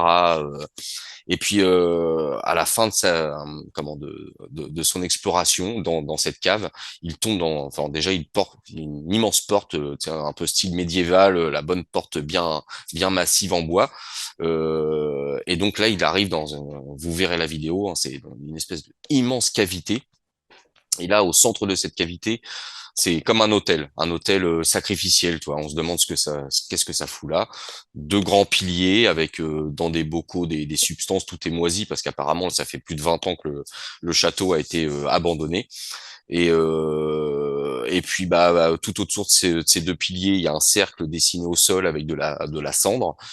Et au fond de cette grande cavité, mais ça fait comme si tu avais une porte, une fausse porte sculptée dans la roche, quoi. C'est vraiment le lieu et tu te dis mais ça en France, voilà cette immense porte là qui est juste devant cet hôtel, voilà, avec ces deux piliers. Alors vraiment, il a apparemment été extrêmement choqué, hein, donc au point d'appeler la gendarmerie parce que avec la découverte des squelettes, lui comme il le dit, hein, moi depuis 6 ans maintenant qu'il fait ses vidéos, il avait jamais vu de squelette. Dans toutes les explorations de maisons abandonnées, de vieilles usines, de machin. Enfin, c'est la première fois qu'il tombe sur plusieurs squelettes. Et en plus, voilà, moi, tu vois, dans le château, à un moment, il découvre aussi gravé dans la pierre ce symbole. Alors là, c'est un mélange de plein de symboles alchimiques, maçonniques. Vraiment un lieu. Alors, il ne dit pas le lieu, hein. Dans la vidéo, il va pas dévoiler l'endroit précis. Et du coup, ils ont, comme je vous le dis, appelé la gendarmerie par rapport à la découverte de ces squelettes. Et donc, à la fin de la vidéo, il accompagne les gendarmes à l'intérieur de ce château. Et là, t'imagines la surprise des gendarmes, découvrir des squelettes, des trucs trop bizarroïdes, un temple alchimique maçonnique. Alors, il s'est renseigné. Apparemment, l'ancien propriétaire de ce château était un chirurgien réanimateur, mais apparemment aussi alchimiste et franc-maçon à ses heures perdues, quoi. Donc il serait décédé il y a quelques mois. Donc voilà, c'est ce qu'il explique dans la vidéo. Donc s'il y a une enquête pour savoir d'où viennent ces squelettes, est-ce que c'est lui qui avait étant donné qu'il était médecin, chirurgien réanimateur, prélever des cadavres pour faire ses expériences alchimiques, ou est-ce qu'il C'était la voilà. cave du docteur Petiot. Ouais, et il y a des instruments, tu vois, il découvre plein d'instruments, des trucs tout Non. rouillés, des trucs chirurgicaux. Ah, Ouais, ce qui est c'est surprenant, c'est on voyait bien autour de l'hôtel un cercle, Hum, hum, hum. une espèce de cercle d'invocation. Et puis c'est vrai que cette porte là en face de l'hôtel, Ah bah, oui, dans les profondeurs du château, enfin dans le sol, enfin tu t'imagines ce On truc là. on a l'impression on est plutôt de dans voir un Silent remake Hill. de la neuvième porte, hein. Ouais, c'est ça, hein. T'en penses quoi, Franck? En fait, j'ai découvert, je fais également beaucoup d'urbex. Évidemment, j'ai fait partie des premières personnes à voir cette vidéo. Mhm. Tout d'abord, je peux dire qu'il n'y a rien à voir avec l'alchimie dans tout ça, même si les textes sont dans Oui, la code alors d'alchimie. il découvre des choses, hein, une pancarte avec marqué vitriol, bon, Tout à ça peut. fait, mais c'est simplement quelqu'un en fait qui interprète, comme peut le faire un illic ou un schizoparanoïde, ce qu'est l'alchimie. Donc, il est complètement à côté de la plaque. Oui, oui, Ce oui, qui est il très parle de la inquiétant, pierre c'est qu'on philosophale. ce qui est très inquiétant, c'est qu'on a l'impression de se trouver dans un épisode de Silent Hill. Je sais pas si vous connaissez le jeu vidéo. Donc, il y a tout l'aspect Ouais, glauque. clairement, ouais, Mhm, tout à fait. mhm. Ouais. Ce qui est effrayant, c'est qu'il y a énormément en fait d'outils qui sont contendants. Il y a du sang qui est présent sur certains squelettes. Il y a de la peau en fait humaine qui a été découpée. Finalement, on est au compte de l'horreur. Et je peux Mhm. comprendre l'épouvante en fait de comment dire des trois amateurs d'urbex qui sont allés sur Oui, place. ils sont trois, c'est ça. Mhm. Voilà, d'avoir appelé tout de suite la gendarmerie parce que évidemment c'est épouvantable. Oui. Épouvantable. Tu dis, On se qu'est-ce qui s'est retrouve passé là-dedans, quoi. en effet. En effet, c'est très inquiétant. C'est extrêmement inquiétant. Moi, j'ai commencé à m'inquiéter au moment où j'ai vu ces prélèvements qui avaient été faits sur des corps humains sous la forme de lamelles. Ensuite, les différents scalpels, couteaux, etc. Enfin, ça n'a rien à voir avec l'alchimie, tout ça. Vraiment, On est là. dans des expériences des plus sordides. Mhm. Ensuite, ça a été la découverte en effet, de cette mandibule qui avait été explosée on ne sait pas comment, à coups de pied ou je ne sais trop comment. Ensuite, ce crâne qui devait peut-être appartenir à soit un enfant, soit un adolescent, ça c'est l'enquête qui le dira, Mhm. puisque le plan de sagesse n'avait pas poussé. C'est ça, c'est ce qu'il précise aussi dans la Et vidéo. là, on est dans le comble de l'horreur. On Mhm. est dans le comble de l'horreur. Alors, est-ce que c'est des... Il a voilà, comme c'était un médecin, comme je le disais, est-ce qu'il a Oui, récupéré des cadavres, peut-être, dans c'est les possible. hôpitaux où il travaillait, où il officiait, pour faire ses expériences, ou est-ce que, voilà, Mais il y a eu meurtre, est-ce qu'il y a eu meurtre? ce qui est Voilà. fort possible également, c'est que cet homme-là a pris sa retraite et il passait à autre chose, et que d'autres, en fait, ont emprunté ses lieux. C'est tout à fait possible. Bah, apparemment, ça avait l'air bien moisi, hein, tout ce qu'il a découvert, hein. Tu te dis, il y a un bout de temps que personne n'est venu ici, quoi. En effet. Donc, ouais. Enfin, voilà, en France, type de lieu sur lequel Ouais, on puis peut c'est tomber. surtout, il a dû flipper grave, quoi. Quand tu tombes Ah, tu là-dessus, tu te m'étonnes. dis, mais j'espère que Dans je vais quoi je suis tombé, ressortir, quoi. quoi. Qu'on Ouais. m'attend pas à l'extérieur. Dans quoi je suis tombé, quoi. Ouais. Ah, le délire. Bon, ben écoute, Mauvais délire, là, pour le coup.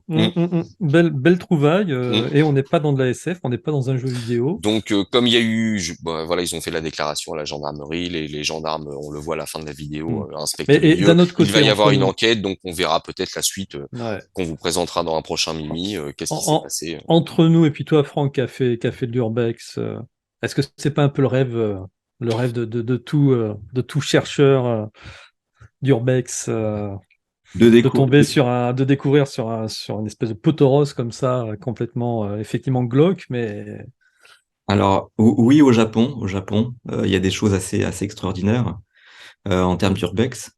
Par exemple, tomber sur des sites qui appartenaient en fait à des sectes. Oui, oui, on peut tomber sur des hôtels, des tas de choses assez. Mais bon, c'est bon enfant. C'est très très bon enfant. On reste dans le gourou est parti avec les groupies ou je ne sais trop quoi et avec la caisse. Et ça n'a rien à voir avec tout ça, quoi. On est vraiment dans un cadre juste qui a été, comment dire, complètement envahi par la végétation, avec des décorations qui peuvent paraître kitsch, mais on n'est pas au comble de l'horreur. On est plus, on avait plus envie de plaisanter.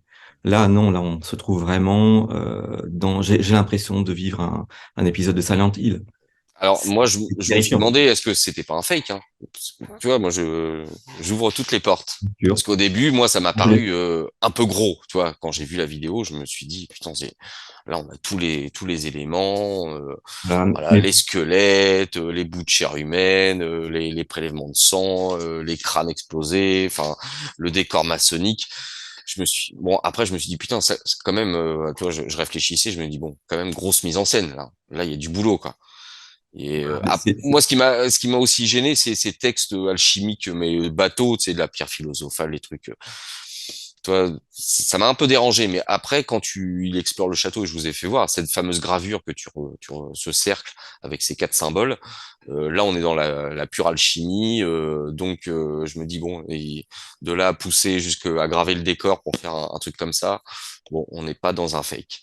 Donc voilà. apparemment, c'est bien réel, quoi. Et d'autre part, en fait, cette information a été reprise par la suite par le Parisien, très Mhm, rapidement, dans moins de 24 heures. mhm. Et donc là, on est sûr que malheureusement, il s'agit de quelque chose qui est totalement réel. Voilà. Donc, on vous donnera la suite de l'enquête s'il y a des conclusions à tout ça dans un futur mini. mm. Ouais, ce qui sera intéressant aussi, observer dans combien de temps ça apparaîtra dans le Trésor, parce que ça finira par apparaître dans le Trésor. Ça vous donne un peu aussi l'idée de décalage qu'il y a entre vraiment l'information en temps réel, et l'information après qui est ressassée Et par est-ce la que tu soupe. penses que ça va vraiment passer dans le 20h? Oh oui, Avec tous oh les si, symboles si. francs-maçons, alchimiques, machin, truc muche, ça peut Ah bah alors déranger. ça Ça sera encore peut. plus intéressant. Si ça n'y passe pas, ça sera encore plus intéressant. Bon. Ouais, mais À voir, à à noter, voir. à noter. On verra bien. Bon, eh bien, écoutez, on va passer sans transition aucune pour une fois sur le dernier sujet de cette émission. Donc, comme vous le savez, on arrive bientôt, là, avec beaucoup, beaucoup, beaucoup, beaucoup de retard, sur la sortie du Génération Cité d'Or numéro 10 spécial Tolkien, dans lequel eh bien, Franck Ferrandis nous a fait le plaisir de nous proposer à nouveau une de ces merveilleuses planches dont on a déjà eu quelques aperçus tout à l'heure. Et Et dans ce numéro spécial Tolkien, ce que j'ai demandé à Franck, c'est qu'il nous fasse peut-être comment dire, une relation entre tous ces êtres un petit peu merveilleux que l'on rencontre chez Tolkien, donc le peuple des hobbits, des nains, des elfes, etc. Et voir s'il n'y a pas une corrélation avec notre monde. Est-ce que finalement Tolkien n'aurait pas eu tout simplement une vision d'un monde passé qui a été révolu, qui a peut-être disparu dans des grands cataclysmes? Et bien, voilà, Franck, tu vas nous en parler, et d'autant plus que, actualité oblige, il y a un article qui est sorti très dernièrement là c'est Natural, c'est ça, sur la découverte, euh, comment dire, dans une grotte de nourriture, non, de farine dans des dents de squelettes, qui laisserait entendre qu'il mangeait peut-être des choses un petit peu plus sophistiquées que ce qu'on pensait au néolithique, et qui repousserait du coup en, un peu plus loin cette date du néolithique. Voilà. C'est vrai que le néolithique est une période charnière, parce que finalement, on est très proche d'une modernité et d'une antiquité. Et moi, quand j'étais étudiant, je me souviens d'un publié référé de 89, qui me disait en gros, à l'Aurignacien, au Gravétien, il y a 30-40 000 ans, on avait déjà tout ce qu'il fallait finalement pour faire un néolithique. Et malheureusement, ce qui est arrivé derrière, c'est qu'il y a eu à nouveau comment dire, un caractère climatique qui a fait que cette néolithisation s'est arrêtée là. Pourtant, nous avions la pierre polie. On a retrouvé en Cortarbrie en fait des bijoux en or battu. Là, c'est justement c'est le public référé. On a retrouvé des fours qui auraient pu justement servir à un moment donné à faire fondre les métaux, ou en tout cas les ramollir. En tout cas, à l'époque, ils servaient à faire de la poterie. Pour mémoire, la poterie de Jomon, ou la poterie en fait en Asie, c'est un peu plus de 20 000 ans. Et il est très très dur d'en retrouver auparavant, parce que malheureusement, bah, c'est un matériel très fragile. Par contre, ce que l'on retrouve sous forme d'argile, c'est une série de, comment dire, de petites représentations féminines des déesses qui sont en terre cuite. Ça, on en trouve énormément. Là, on voit en fait ce papier. Donc, nous passons de 35-40 000 avant Jésus-Christ à plus de 70 000. Oh, l'étude est toute simple. On a étudié dans deux lieux, un lieu en Grèce et puis un lieu dans le nord de l'Iran, des restes, des reliques en fait de repas de Néandertal. Et on s'est aperçu que d'une part Néandertal faisait de très bons repas, parce qu'ils étaient assaisonnés, comment dire, de moutarde et d'autres choses. D'autre part, ils consommaient des légumineuses qu'ils laissaient tremper pour faire perdre l'amertume, et qu'ils préparaient sous forme de farine, soit grossière, soit fine. Et donc la presse anglaise comment dire, c'était apostrophé comme ça en disant ah bah finalement ce qu'on avait trouvé dans le tartre des dents était vrai, parce que dans le tartre des dents de Sapiens et Néandertal, on trouvait énormément d'amidon aux bonnes périodes, c'est-à-dire aux périodes chaudes. Sinon, ben, aux mauvaises périodes, entre guillemets, ben, il retournait, si je puis dire, à un régime inuit, parce qu'il faisait froid. Donc, ben, évidemment, les plantes sont plus ou moins absentes. Là, la presse anglaise s'est enthousiasmée en parlant de pancakes et de crêpes et de biscuits. Voilà, donc c'était un moment assez particulier. Pour revenir à ma planche, Oui, euh, alors juste pour, excuse-moi pour oui, rebondir quand même. Donc là, on n'est pas plus du tout dans le cliché du steak de bison ou de mammouth ou de rognon d'ours grillé au barbecue. On est peut-être même limite dans quelque chose qui Dans Top ressemble Chef. plus. oui, bah oui, c'est ce que certains articles anglais ont souligné. On est pratiquement dans quelque chose comme ça, sachant que la plus ancienne soupe qu'on ait retrouvée par des moyens enfin, hein, directs et indirects, elle a plus de 400 000 ans. Donc ça fait très longtemps qu'on fait de la cuisine, si je puis dire. Donc en effet, oui, on se trouvait face à ça. Maintenant, pour revenir à une époque antérieure, j'ai parlé d'une néolithisation il y a 30, 35, 40 000 ans. Pourquoi on a pensé à ça? Parce qu'on a retrouvé aussi également des tissus. Et donc là, c'est l'introduction. On peut très bien imaginer que les gens, il y a 35-40 000 ans, ressemblaient à ces Samis de Finlande, ou à des Méos, en fait, comment dire, du sud-est asiatique.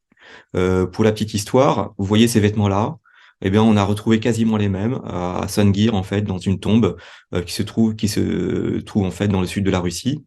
Euh, si je puis dire, ce type de coiffure, eh ben, on le retrouve également dans des sculptures, on le retrouve dans différentes tombes.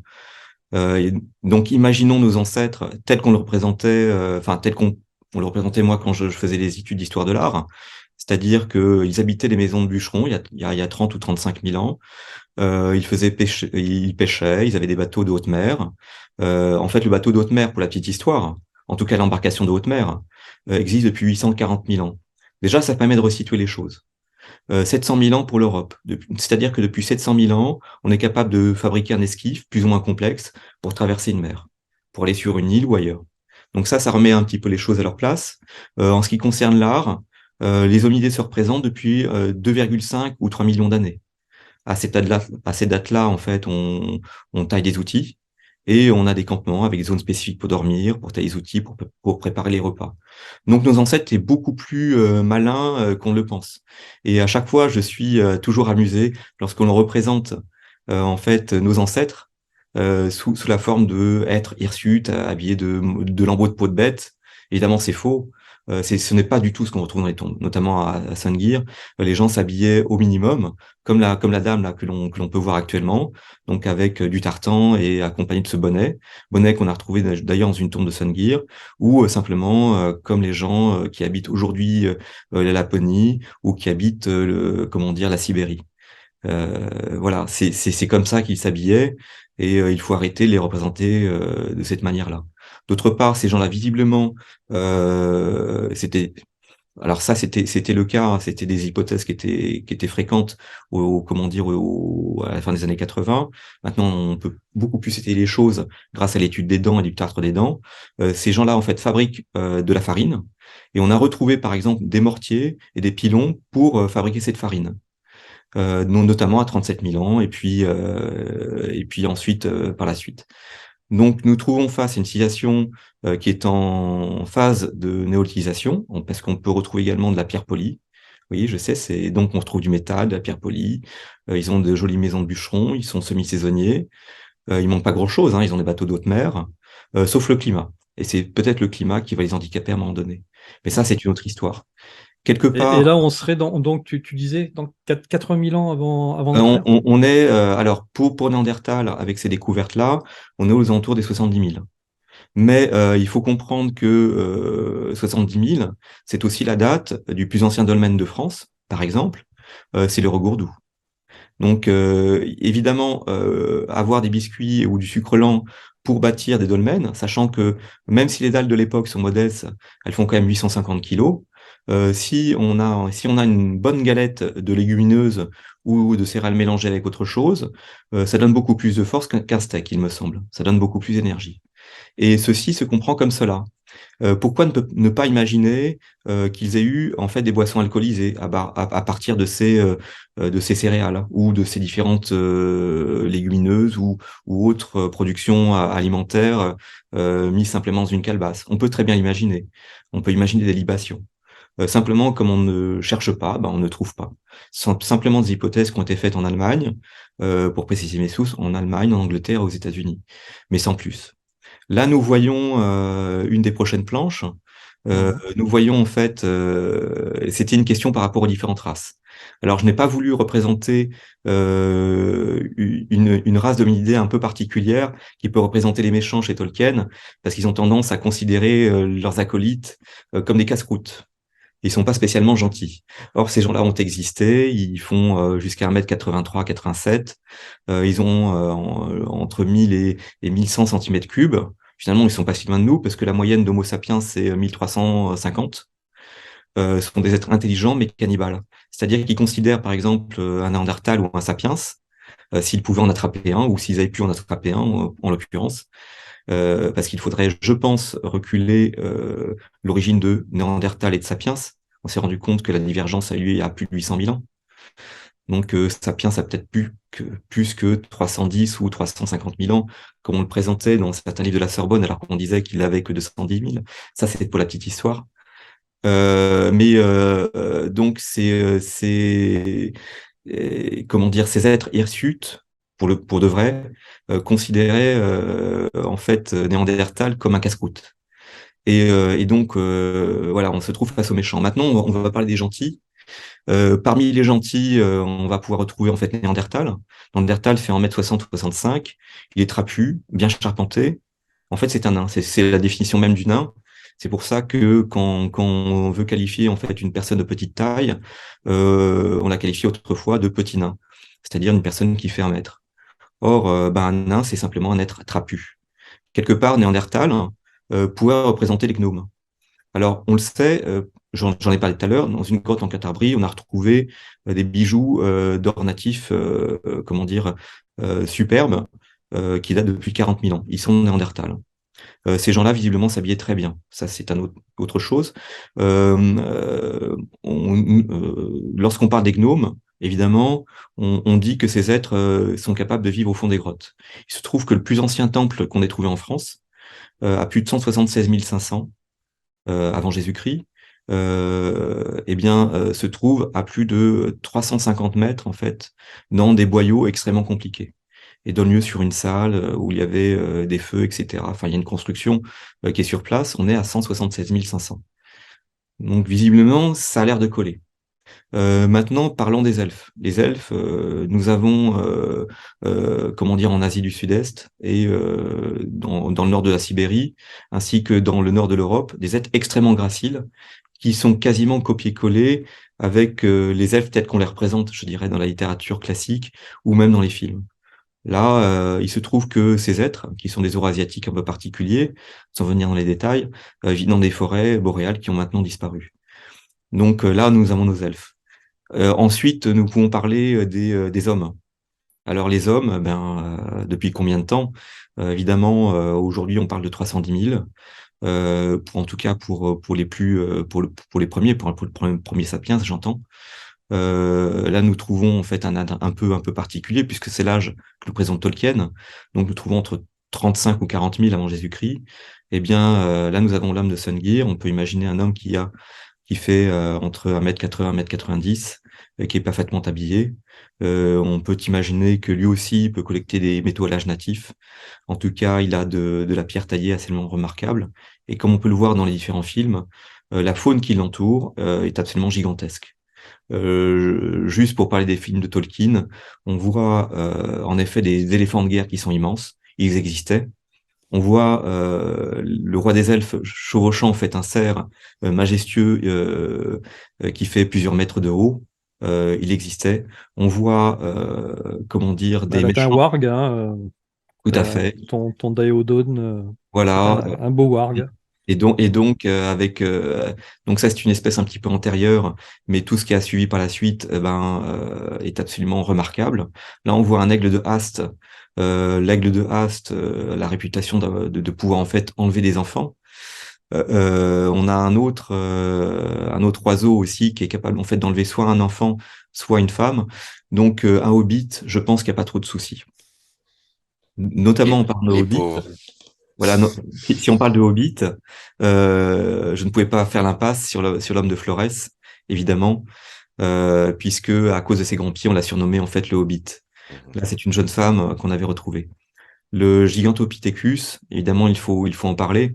Pour une raison toute simple, c'est que il ressemble tellement finalement aux représentations classiques du Bigfoot. Je ne pouvais pas Sasquatch. faire l'impasse. Bigfoot ou Voilà, Sasquatch, ouais. voilà, Sasquatch. Les trolls. Voilà. Juste une chose par rapport à tout ça. Là, je montre un pilon et des céréales de l'époque. À l'époque, c'est de l'épeautre ou des farines qui sont faites à base de, comment dire, de glands, etc. Mais il y a une dimension qu'on oublie beaucoup, c'est que au cours de la fin du Paléolithique, on commence à domestiquer le cheval. Et on a une preuve en fait éclatante, c'est celle des bâtons percés, puisque d'une part, pourquoi élever le cheval? Parce que c'est un animal de bas fantastique. D'autre part, on retrouve sur ces bâtons percés des usures, et l'usure, en fait, est due à du crin de jument. Et qu'est-ce qu'on faisait avec ce crin de jument? Des liens extrêmement puissants. Or, imaginons une civilisation qui a besoin de bâtir des dolmens. Rien de plus formidable qu'avoir du pain, parce que ça donne des forces. et puis pour faire de la bière, pour enchanter finalement les Les officiants. ouvriers.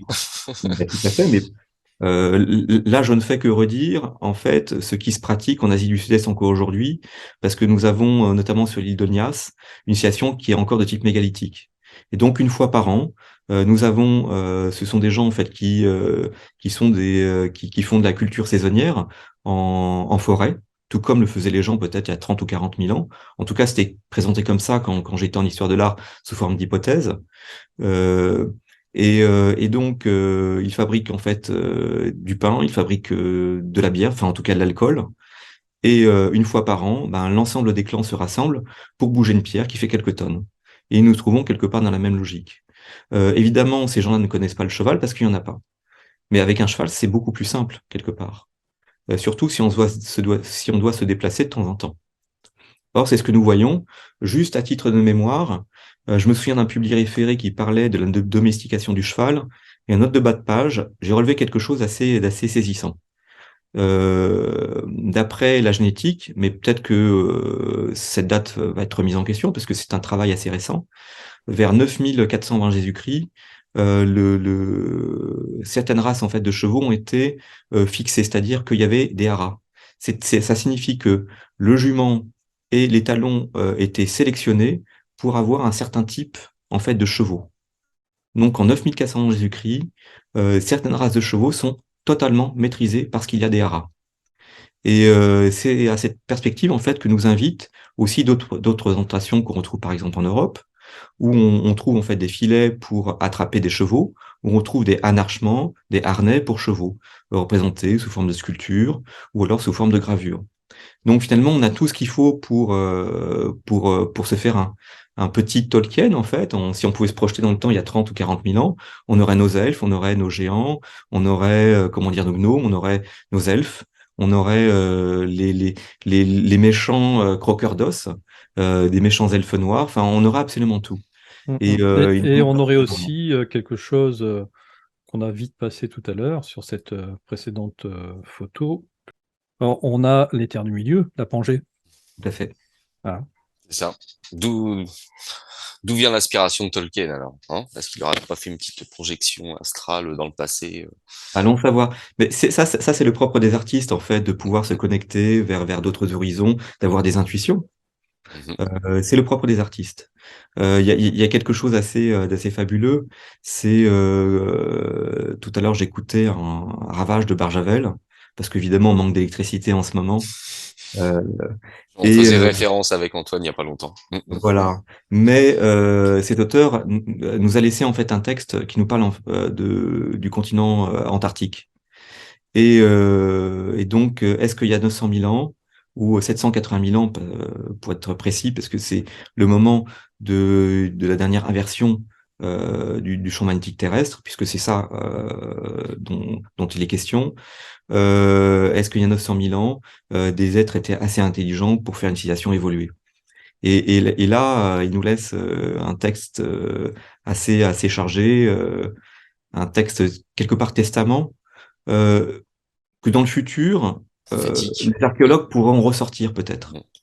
Un texte Je- prophétique. Mhm. Texte Et tu quasiment crois que prophétique. dans le futur, les archéologues se diront, mais est-ce qu'il y a 2000 ans, les Français étaient assez crétins pour croire qu'ils allaient devenir un pays tiers-mondiste, et j'ai rien contre les pays tiers-mondistes, hein, et avoir des coupures d'électricité alors qu'ils étaient l'une des puissances nucléaires du monde?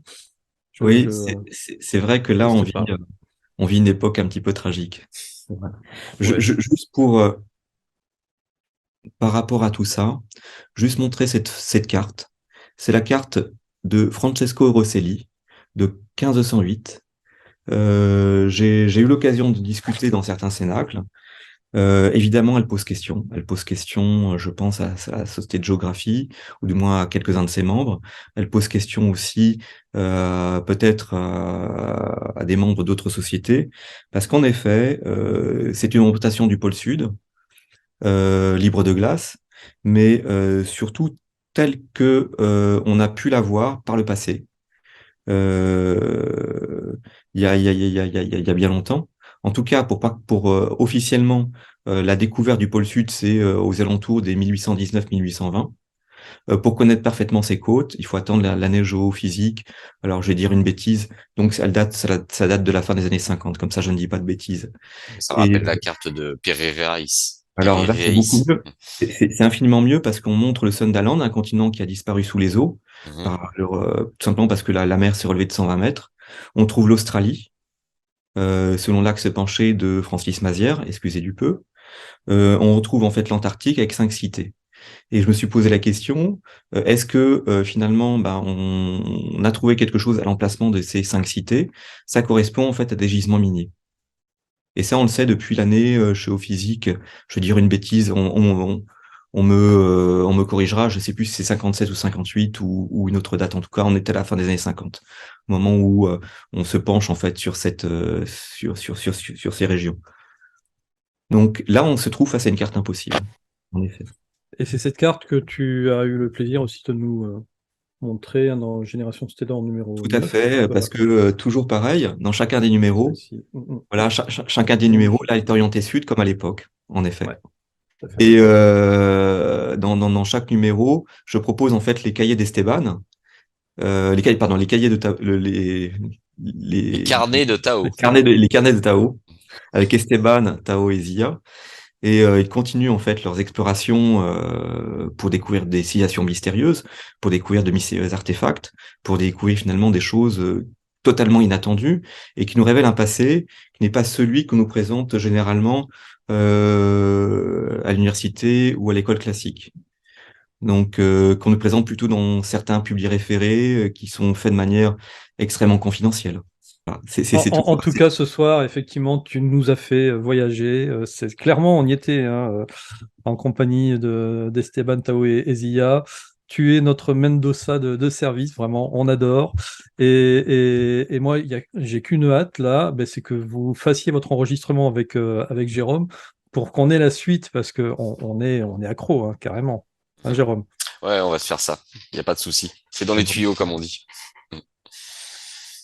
Ok, bon, en tout cas, voilà, messieurs, ben, écoutez, on va s'arrêter là parce que malgré tout, il faut qu'on s'arrête, même si on a du mal à le faire. Ouais. On fera du off hein, entre nous, hein. Mais il faut qu'on s'arrête. J'espère que ben, cette émission vous a plu, était un petit peu exceptionnelle. On arrive en fin d'année, on se lâche sur le format de l'émission. Voilà, de temps en temps, on vous offre des émissions un peu plus longues. Mais vous avez remarqué, on reste quand même toujours un petit peu dans l'actualité, quoi qu'il arrive, et dans l'insolite. Franck, eh bien, je te remercie eh bien, voilà, d'être venu C'est nous moi voir qui te ce remercie soir. infiniment. Merci encore. Mm. Vraiment, voilà. Donc, je rappelle, hein, Secret Japon numéro 1, 2 et 3. Vous avez les liens dans la description de la vidéo si vous voulez vous intéresser au livre de Franck. Et puis, si vous fouillez aussi sur Miasme TV, vous allez voir d'autres émissions avec Franck, dont une sur Napoléon, qui était très intéressante avec Pascal Cazotte. Voilà, et bien messieurs, je ne peux plus qu'à vous souhaiter de passer un très bon week-end. Également. Merci beaucoup. Et puis nous, Jérôme, on se retrouve la semaine prochaine pour la dernière de l'année De sous l'année. format. C'est ça. Hein, et puis on fera peut-être une spéciale Noël. Si on a le temps de la monter, on verra, on en reparlera. Spécial Noël. Yes. Allez, ben écoutez, portez-vous bien, restez au chaud, et puis si vous avez froid, chauffez. Hein, on est des rebelles. Non, ouais, ok, faites attention quand même. Allez, bye bye. Bye. Ciao, ciao. Merci beaucoup.